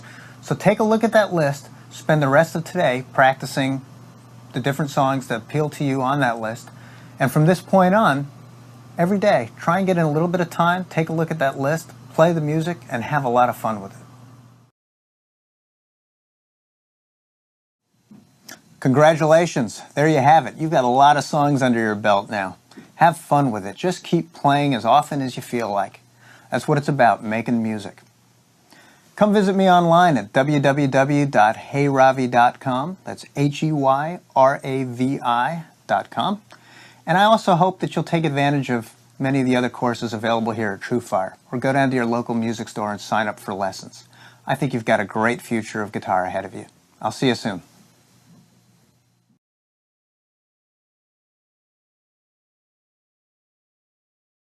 Well, you've learned a lot of stuff over the past 21 days. A lot of great chords that are enabling you to play many, many songs. Hundreds, if not thousands. But it can be a bit like cable television. There's always something on to watch, but maybe it's not exactly what you were looking for. So what we want to do in these next few segments is tackle some of the things that are going to enable you to go beyond what you've just learned and to be able to play the songs that you want to play. Some of the things we're going to talk about are how to read a chord chart. Many books that you see have chord charts in them, and there's nothing worse than when you're playing a song with the chords that you know and you come across a chord that you don't know. That can be a stumbling block. So we're going to get past that barrier because I'm going to show you how to read some chord charts. I'm also going to look a little bit into other open chords that'll complement what you've already learned. They're very similar to what you've learned, but making a couple extra changes will give you new colors to play with. So that can be really exciting. Bar chords are something that we're going to talk about. That enables you to take the chords that you know, but slide them up and down the neck and create other chords. So virtually any chord can be played as a bar chord. So by learning those, you'll be able to tackle any of the chords that you see in a book or online. And then finally, that's what we need to do. We need to crack open a book or pull up a web page and tackle a song right from the source. With all this information that you have, you can now go to any book or any website and be able to play your favorite songs. That's what it's all about, isn't it? We want to be able to play the songs that we want to play. I want you to be able to play the songs that you want to play. So sit back, grab your guitar, and let's break some new ground right now.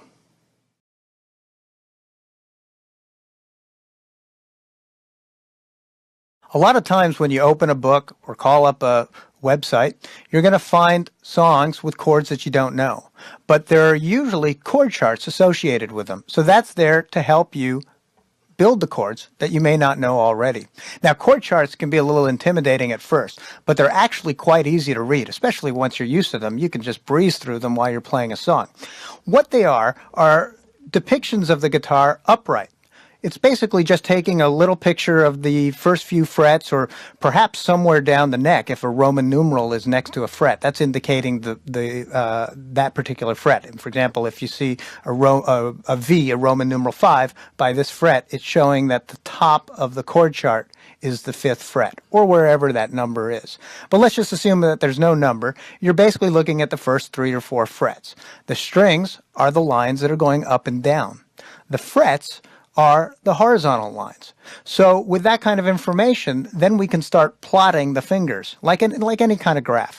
So you'll see the little dots there. Well, those dots indicate your fingers, and sometimes there's a number inside the dot. That's indicating which finger you're supposed to put in that place. Or in other chord charts, you might see the numbers just written across the top of the strings, indicating that that's the finger that you're going to use to play that particular note. So let's take a look at an E chord, for example. When we look at the E chord graph, again in this vertical position, it's indicating a dot on the 3rd string in the 1st fret, and it's got a 1 in it. Or maybe the 1 will be at the top. So 1, 2, 3, right? I'm on my 3rd string, and I'm in my 1st fret. So I put my 1st finger there. The 2nd finger is noted on the 5th string on the 2nd fret. So I'll slide up to 1, 2, 3, 4, 5 to my 5th string, and I'll put my finger in the 2nd fret. As you can see, there's another dot there right underneath that 2nd finger, and that's for your 3rd finger. Same fret, still going to be in the 2nd fret, but this time it's going to be on the 4th string. So 1, 2, 3, 4. Now you know this chord, but that's the way an E chord looks as depicted by a chord chart. Now if I simply put my guitar in playing position, here I am again, and my chord looks as the way that we're used to it. And there's my E chord. So that's really how you read a chord chart. We can do another one if you want. Let's take a look at a C chord, okay? And this time I'm not going to turn the guitar upright. Let's try and do the transition in our minds here. But take a look at that C chord chart, right? You still got your 6 strings going up and down. You've got your frets going vertically across. Now look at where the dots are. We've got the dot for the 1st finger, right, noted by the number 1, on the 1st fret in the 2nd string, on the 2nd string in the 1st fret. So there that is. And you see the location of that in the chord chart? Our 2nd finger is noted to be on the 4th string in the 2nd fret. So I'm going to count up 1, 2, 3, 4, and there it is. The 3rd finger is on the 5th string and in the 3rd fret. So that's going to go right there. So you see how that works? Take a look at that in your chord chart. Let me turn the guitar again so that you can see it as it relates to the way it's written in the chord chart without moving my fingers. And I'm just going to move it right back to playing position. So that is how you can use chord charts to play songs and chords that you don't know.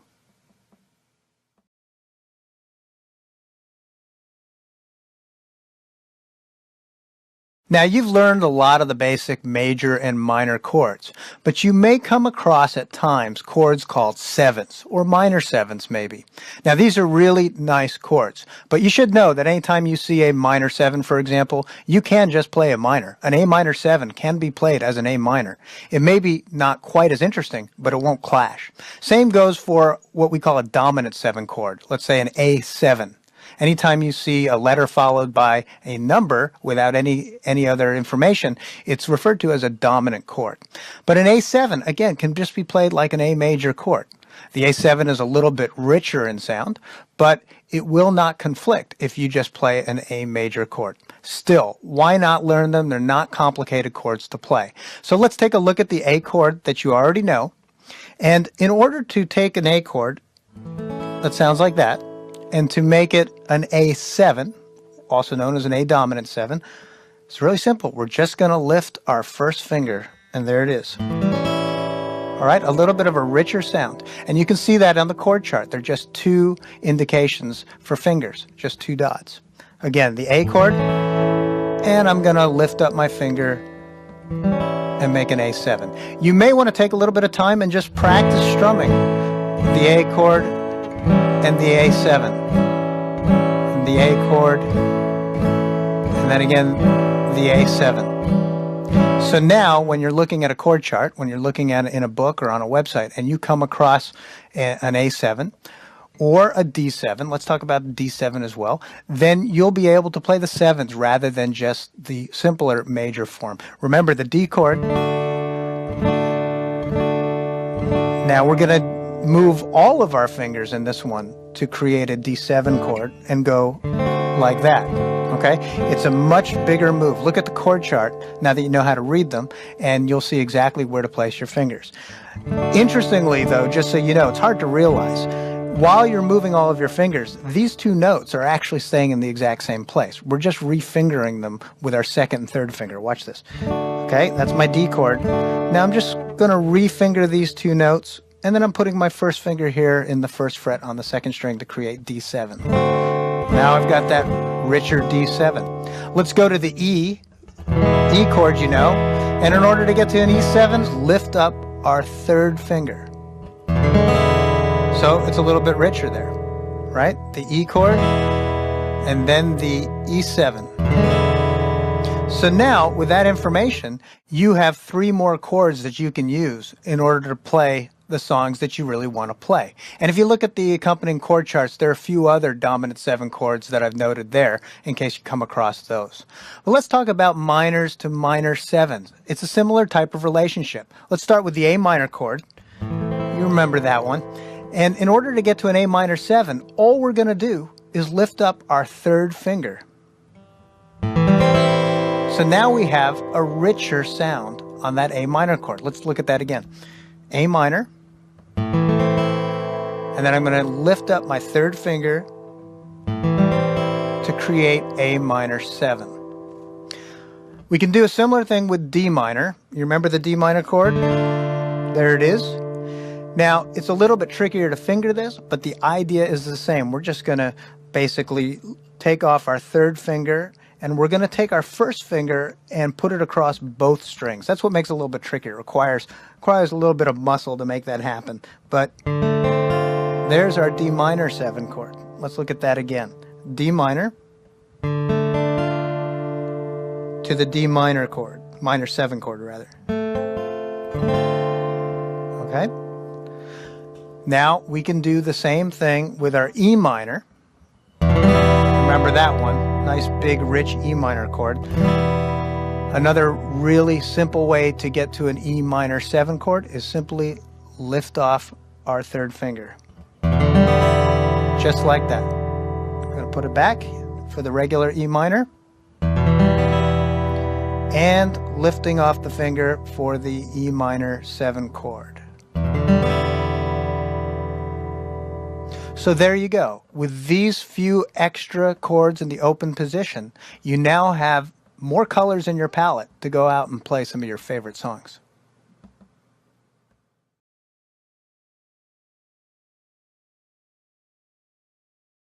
Now, bar chords are amazingly resourceful. It's really exciting once you learn them. In fact, once people get a handle on bar chords, often they don't even play open chords anymore. Now, I'm not advising that because I think open chords are really cool and they have a great character. But bar chords open up a world of possibilities for you to play. Well, what is a bar chord? Basically, it's taking the chords that you already know, like an E chord, for example, and it's sliding it up. But the problem is that if I'm sliding up an E chord, my open strings are still ringing the same way. So I have to solve that problem. How do I do that? Well, I basically take this E chord and I refinger it, and then I replace this nut here, the bar, with my first finger. And now I can slide that same chord all the way up. Let me show that to you again. Here's that E chord, and I'll break this down a little bit more for you. Refinger it so that my first finger is free. Okay, so watch what I did again. And I just can slide up now and play every single major chord that exists, all the way up to the 12th fret and beyond, as far as you can reach. So that's the basic idea. Now what's interesting too is, let me do that again. I'll take that E, I'll refinger it, I'll slide it up. Let me just come up a few frets, and we'll discuss in a minute exactly how to find the chord that you want. But here I am with that bar chord. This happens to be an A. And if you remember, the difference between an E chord and an E minor was just one finger, okay? You're used to fingering it like this, but now with the refingering, I'm just lifting off my middle finger to go from E to E minor. Well, what's nice is, now that I can make the bar chords, same thing. To go from A to A minor allows me to make that change very easily. So now I've got my minor bar chord that I can slide around and make many more chords. So this is it's a really nice way to get around the fretboard and to be able to play lots of songs. Now these particular ones that I'm playing, the majors, and the minors. In fact, let me show you the 7 while we're talking about it. Going back to the major chord, remember when we talked about E and E7 down here? I said all you have to do is lift up one finger to make your 7. Okay, and again, we were fingering it this way. So that was the 7. Now I'm refingering it this way, and I can slide up. I'm going to slide back up to my A, which I'll explain in a minute. And if I take off my pinky, now I have an A7. Okay, so what we've learned right now is this bar chord, which again happens to be an A. By lifting up my middle finger, I've got the minor version. Okay. I'm going to put that finger back down, back to the major. By lifting up my pinky, I've got the 7, or the dominant 7 version. Now let's talk about how you slide a bar chord around in order to be able to find the exact right chord that you want. For example, how do I know if this is an A, or how do I know if it's a G or an F sharp, and what does that all mean? Well, in order to effectively use bar chords, especially the ones that are rooted on the 6th string, which is what we're talking about right now, where your first finger on the 6th string is playing the root, the name of the chord. The first thing you need to know how to do is find all the notes on the string, on every fret. Seems like it might be a little intimidating, but I assure you it's not. There are 2 things that I want you to remember. The phrase before Christ, and think about Elmer Fudd, okay? Before Christ, Elmer Fudd. B to C and E to F. B to C is a half step. That means it's a 1 fret move. To go from B to C, it's a 1 fret move. E to F is the same thing. E to F is a half step. To go from E to F is a 1 fret move. Everything else is a whole step, which is 2 frets. You need to know that your 6th string is the E string. With that knowledge, you can find all of the chords that you are likely to come across, unless it's a sharp or flat, and we'll talk about that in a minute. Here's my E chord. E to F, I said, is a half step, right? So that'll be in the 1st fret. A half step is a 1 fret move, E to F. F to G is a whole step. G to A is a whole step. A to B is a whole step. Now we're coming to my before Christ idea here. B to C is a half step. C to D is a whole step, and D to E is a whole step, and then it starts all over. So when we're playing our bar chords, back to our E chord, refingering that, that's E. Remember Elmer Fudd, 1 fret, half step. I'm going to slide it up and replace the nut here with my first finger, pressing quite hard at first, but you'll get used to it. Sometimes with a bar chord, the easiest way to get more power into it is to roll your finger to the outside. See how I'm taking my first finger and I'm rolling it to the outside? That makes it a little bit easier to press on the strings, okay? So back to my E, a half step up to F. F to G is a whole step, 2 frets. So I'm going to go up to G, 2 frets. G to A is another 2 frets. Remember, in music, we only have A, B, C, D, E, F, and G, and then it starts again, A, B, C, D, E, F, and G. So here I am on G, sliding 2 frets up to A. Here I am on A, sliding 2 frets up to B. Now we've got to remember that before Christ idea. B to C is a half step. C to D is a whole step. And D to E is a whole step as well. So now I've taken that chord and I've moved all the way up the neck with using a bar chord, playing every bar chord, major bar chord with a 6-string root that's available to me unless it's a sharp or flat. So let's talk about a sharp or flat, because you're going to come across that too. You might come across an A flat chord. Here's my A chord, right? E, F, G, A. So I'm building the chord there on the 5th fret because that's where the A chord is, with my root being A.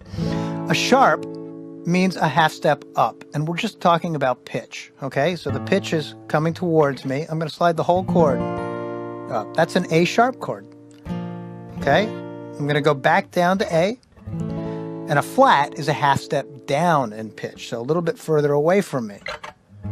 So there I am. That's my A flat.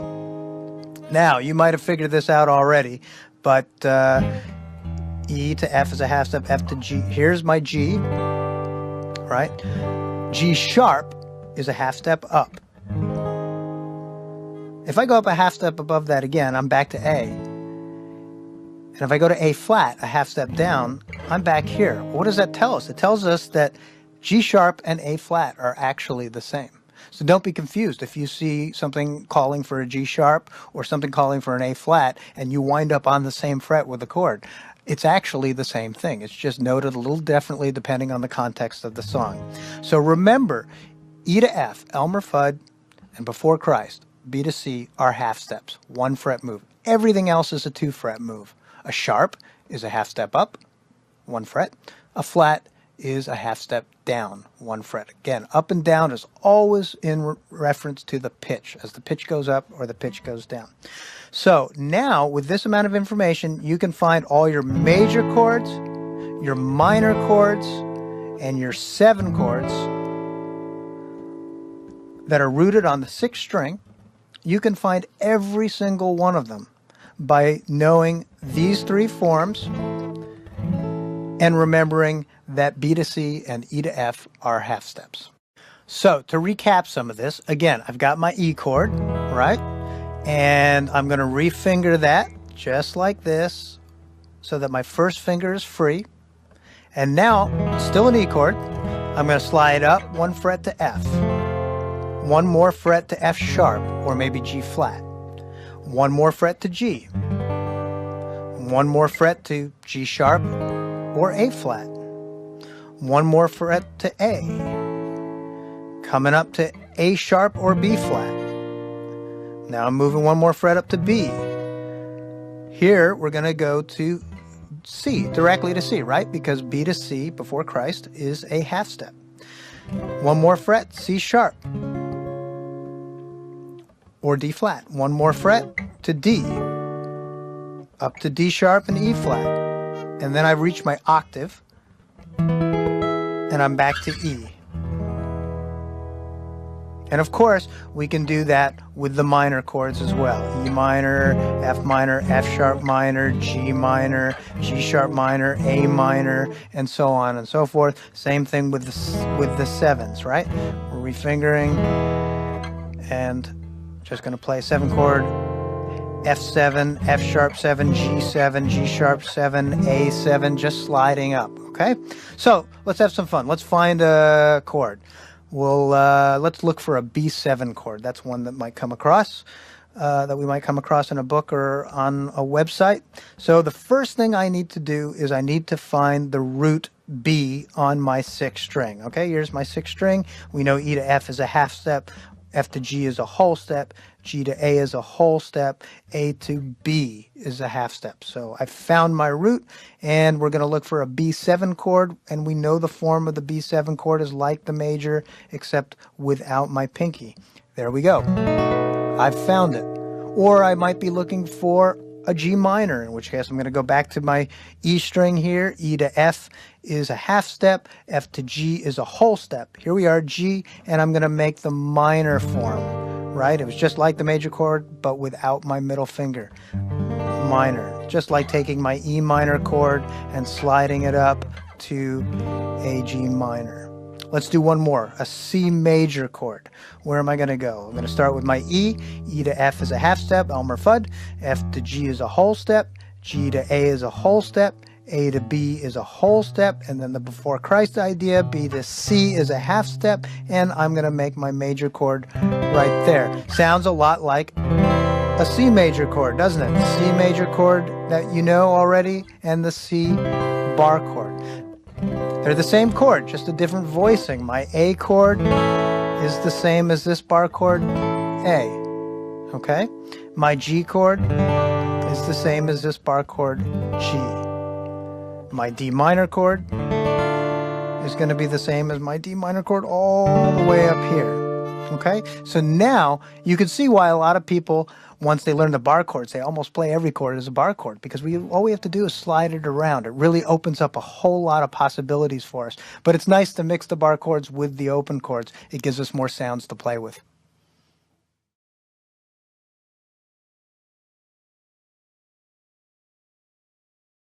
Well, you've learned bar chords that are rooted on the sixth string, on the low E string.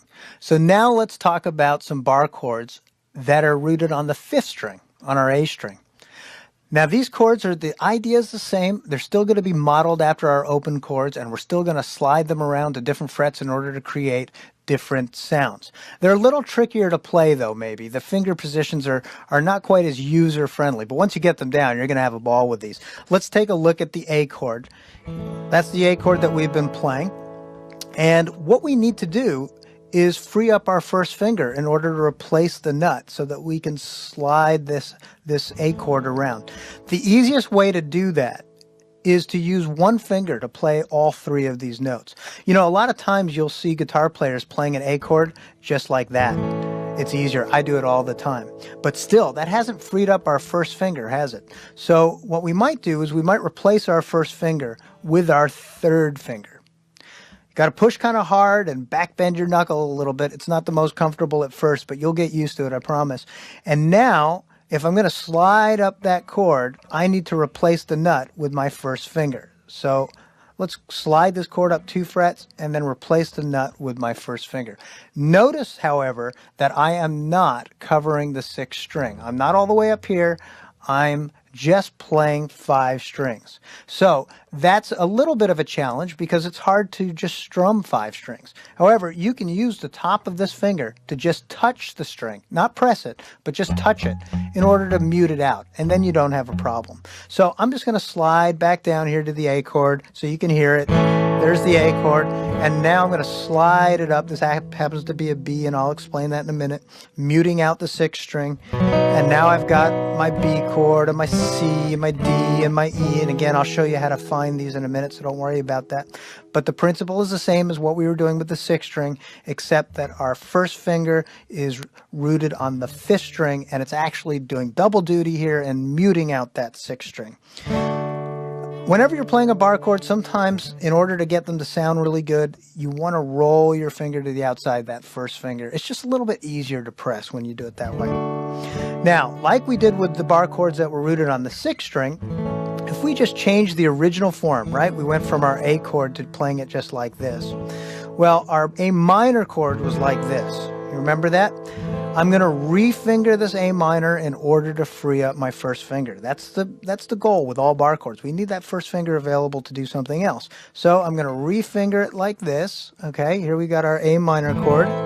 And now look, my first finger is free to replace the nut as I slide the chord up. So I'm just going to, for the heck of it, slide it up 1 fret right now, replace my first finger, replace the nut with my first finger, using the top of my first finger to mute out that 6th string, rolling my finger a little bit to the side in order to get a little bit more strength. A lot of things to think about, but you'll get a lot of mileage out of these chords as well. And now I can just roll that minor chord basically right up the neck. Slide it right up. It gives me a lot of opportunities to play virtually any minor chord that I might come across. So now we're going to take a look at the 7th chord, or the dominant 7th chord. Remember that anytime you see the letter, the chord name, followed just by a number, it means dominant 7. That's different than a major 7, different than a minor 7. But if you see D7, for example, or A7, that's also known as a dominant chord. So that's what we're going to look at. So I'm going to refinger the A chord, just going back to the way we've learned it in the open position. And remember what I told you, from moving from an A chord to an A7 chord, all we're going to do is lift up that first finger, right? So A chord to the A7. So there we go.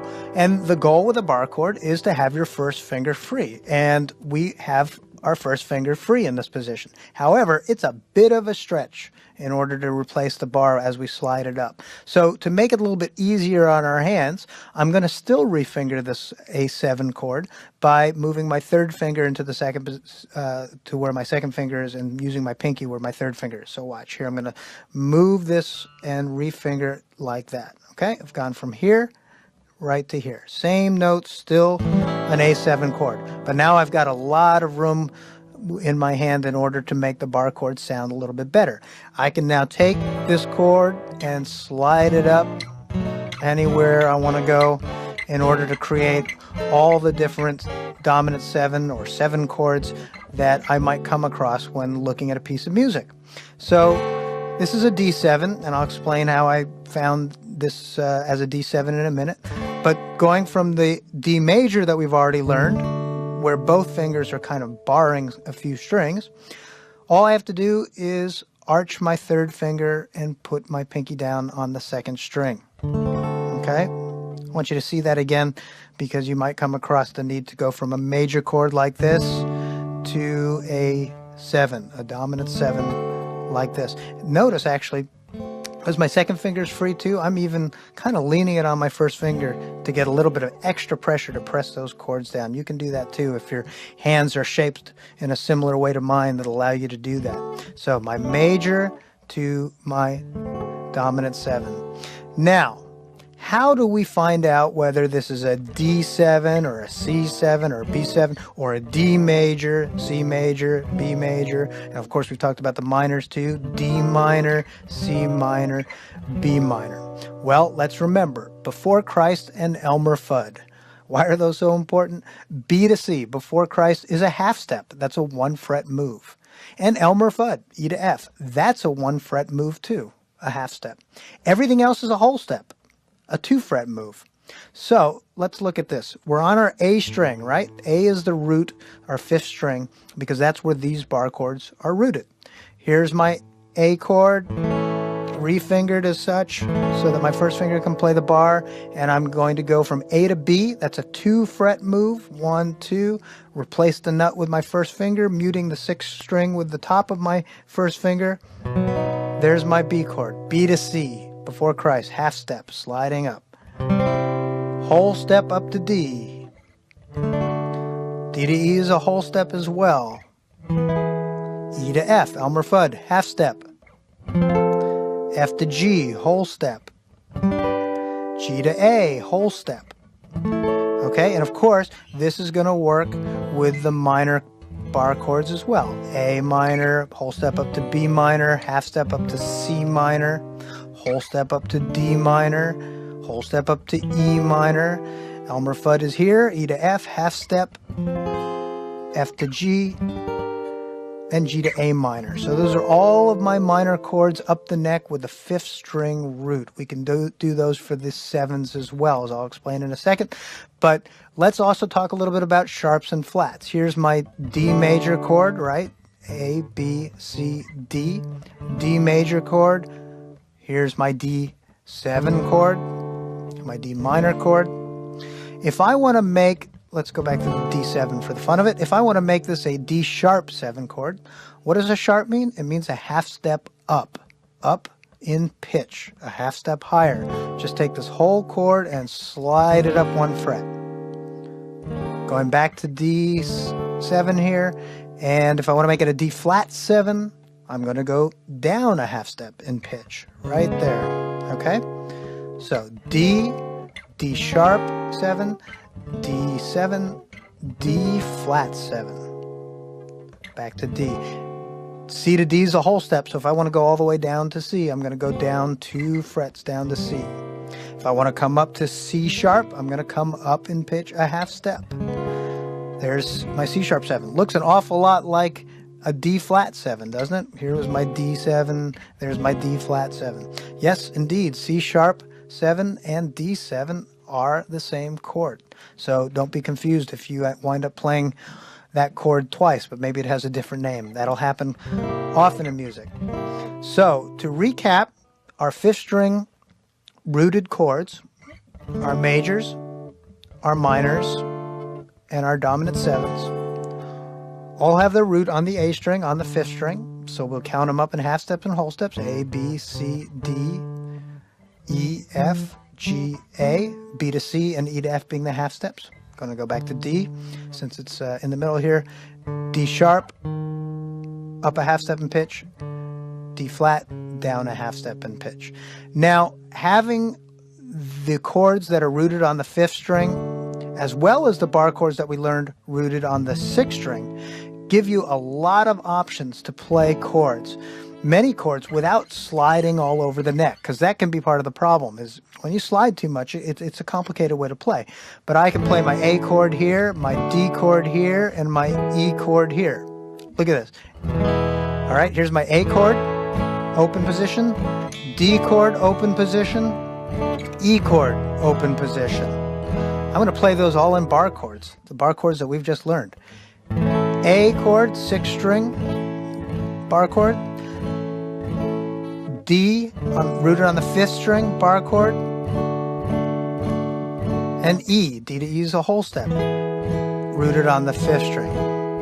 So listen to this. A, D, E, D. Back to the open positions. A, D, E, D. One more time. A, D, E, D, A, D, E, D. So it sounds the same. But being able to take a bar chord and slide it up and down the neck gives you a whole lot of possibilities to play virtually any major, minor, or dominant 7 chord that you will come across in a different place than just the open strings. Have a lot of fun with it. Practice it. Spend a little bit of time every day practicing switching between your bar chords. Don't do it for too long if you're getting frustrated. It will come. But every day, just like everything else we've done, is the best way to learn your bar chords. You'll learn them quickly and you'll have a ball playing them.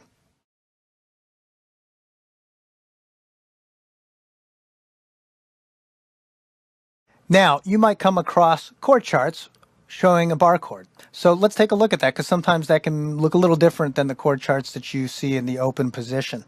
In fact, sometimes it can look very similar, and that can be confusing as too. So I want to point out the differences. Again, a chord chart is always looking at the guitar in a vertical position. So when you see a bar chord noted, it's going to show the first finger playing a variety of different strings, okay? It's not going to necessarily show the first finger laying across all the strings, but it may show that the first finger is going to be here on the 6th string, and it's going to be here on the 2nd string, and here on the 1st string, but all in the same fret. Well, what that indicates to you automatically is that it has to be a bar. There's no other way your first finger can possibly play that configuration of notes unless you're barring your first finger right across it.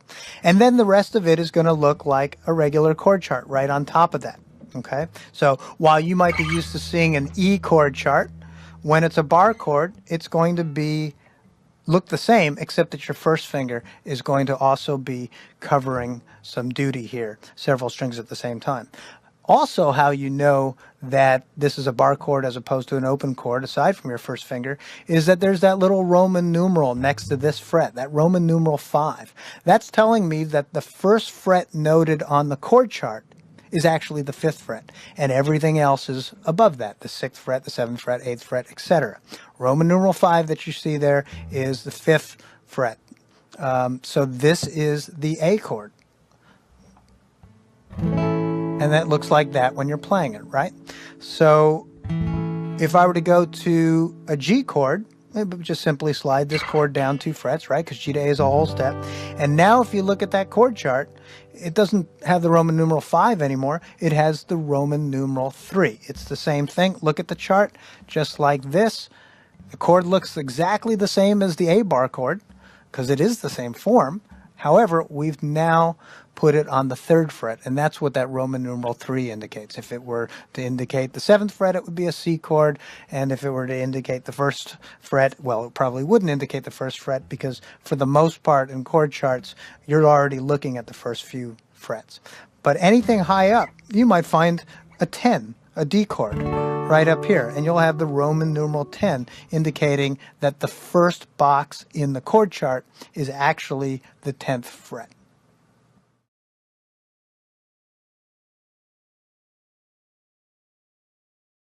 So now you've got a lot of chords down and you can play a lot of songs. But again, we want to try and make sure that you can play the songs that you want to play. So how are you going to do this? Where are you going to get your information? Well, a lot of people go online and they find the lyrics, and in many cases the chords are written over the lyrics, and people play music just looking at that simple representation of a song. So that's what I've done. I've gone online and I've downloaded one of my all-time favorite songs and figured I'd show you how to take that piece of paper and turn it into some music. So let's take a look at that. Now, the first thing you're going to notice is it says capo 3. Well, what does that mean? It's a little bit beyond the scope of this course, but essentially it's telling you to put a capo on the 3rd fret. That's a device that us guitar players use when we're trying to change our open strings. But the reality is it's going to sound fine without it. It's going to sound just fine. It may not sound exactly the way it did when the Beatles played it, but it's going to sound great when we sit here and sing and play it for ourselves and for our own enjoyment. So we're going to ignore that capo 3, and let's just look at the lyrics. I'm sure you can sing the song in your head just by looking at it, and go ahead and sing it out loud. That's what we're going to do in a few minutes. Now, these letters above are the chords. It's the chords that we've been learning over the past 21 days, and they are lined up with the word when you're supposed to go to that chord. So, for example, on the word Jude, we're going to go to the D chord. Right here, before the word bad, we're going to go to an A chord. On sad, we're going to go to an A7. Then over here, when we get there in the lyric, we're going to switch to the D chord, and so on. So let's go through this one time here, and I'll play it. Follow along on the music, and I'll sing along as well, and you'll see exactly how this works. Okay, I'm playing a D chord to get my pitch because that's the first chord that we're going to play. So now I know it in my mind, and I'm just going to start singing along and playing. Hey Jude, don't make it bad. Take a sad song and make it better. Remember to let her into your heart. Then you can start to make it better. Now you see how that works? Now let's try it again. I want you to look at both of my hands so you can see exactly how I'm strumming. All I'm doing is just down strums. Very simple, straight down strums. Because really, the bulk of the song is in the melody, and that's true of a lot of songs. We shouldn't always get so caught up in the strumming. As we play songs and get better at songs, we'll get the feel of the song and maybe adjust our strumming to better capture the feel of that song. But the reality is, just by playing chords straight and singing the melody, we're going to get a pretty good sense of the song and have a lot of fun playing it. Watch, let me do it again. Hey Jude, don't make it bad. Take a sad song and make it better. Remember to let her into your heart. Then you can start to make it better. And these are the same chords that we've been learning over the past 21 days with the same fingering. So let's take a look at those chords and play along together maybe, because that'll really give us some nice context with this great song. So we're going to start with the D chord. Ready? Hey Jude, don't make it bad. Take a sad song and make it better. Remember to let her into your heart. Then you can start to make it better.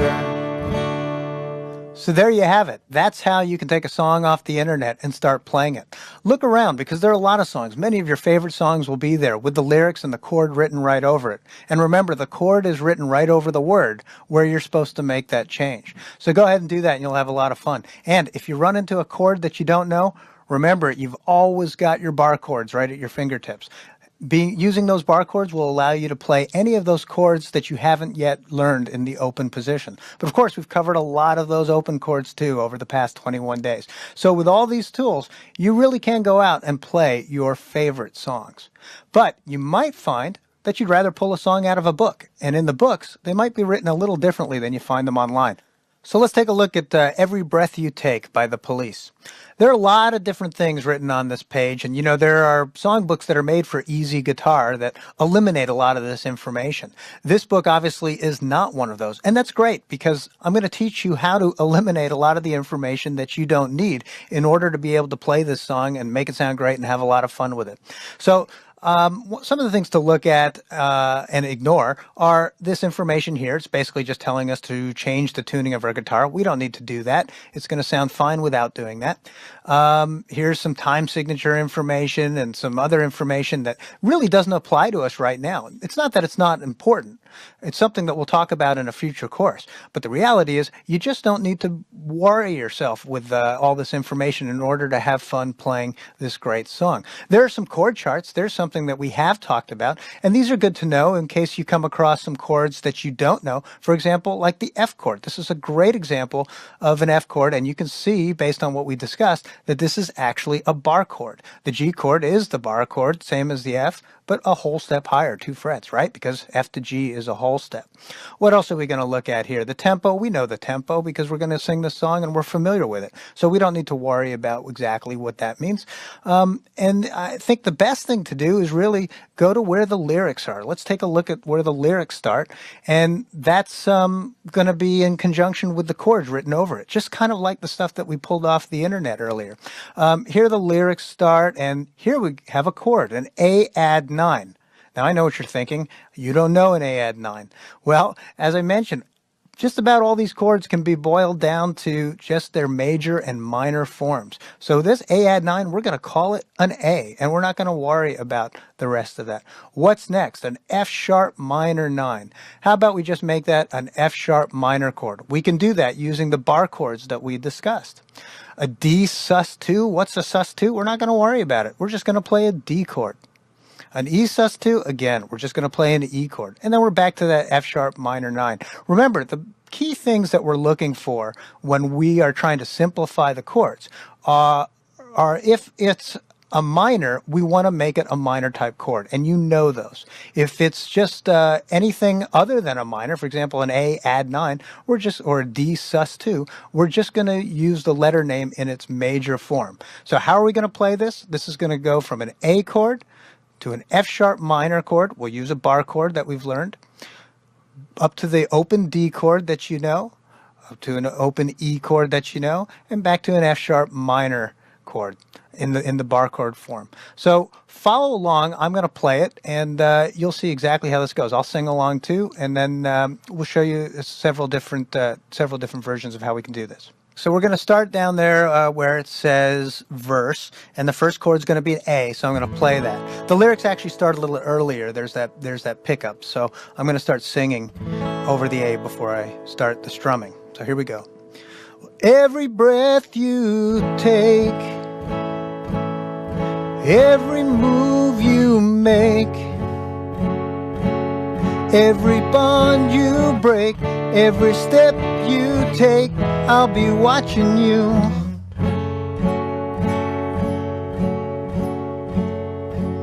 Okay, so now what we're going to do is I'm going to play it again, but I want you to watch my hands. And you'll see the strumming, again, is pretty simple. I'm just doing straight down strums. As you become more familiar with the song, you might decide you want to change the strumming up a little bit or the way that you feel, but I think as you can see, the song's really in the melody, and the strumming, keeping it simple allows me to play the song and have a lot of fun with it. So let's do it again, and I'm going to play and sing along and check out my hands in the strumming.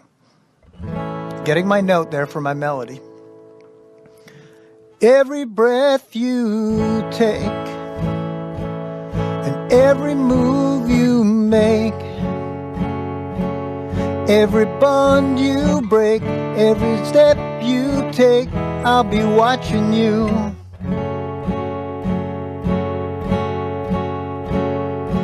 So You see how that works? Let's try it again. Take a close look at my fingers, because they're going to be most of the chords that we've been practicing in 21 days. But I'm also going to throw in that bar chord, that F sharp minor bar chord, which you know how to play now. So here we go.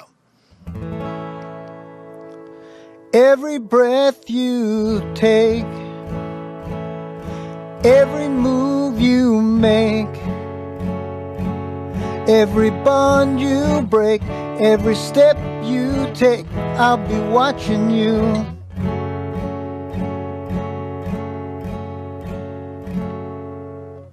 So there you have it. That's a simple way to take music out of a chord book that may look complicated, but we can really break it down, play it with the more simplified versions of the chords that we know, and have a lot of fun with it. I mean, it sounds pretty good, and I think that you'll get a lot of enjoyment out of playing many, many of your favorite songs by simplifying it and using the chord books that are available to you.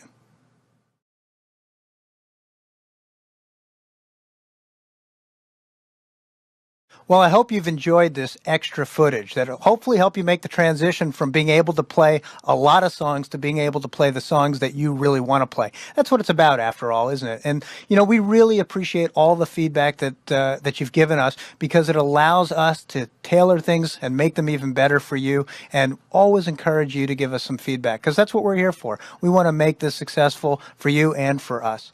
So think about some of the things we've done. I mean, of course, you've got your 21 days where you've really learned to play the guitar and been able to play many, many, many songs. And now we've added a few extra open chords.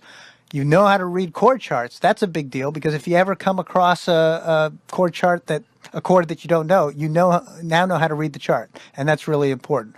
Bar chords. I mean, what a world of opportunity right there, isn't it? Bar chords just allow you to play virtually any chord that's out there. So that opens up a lot of possibilities. And then I hope with the strumming and with being able to pull chords right off the internet and out of a book, this will really empower you to go after those songs that you've always wanted to play. So have fun with it, and I hope to see you. I'm working on a future course that's going to pick up right where we're leaving off, and I think you're going to really enjoy that too. So go out, make some music, and have a blast.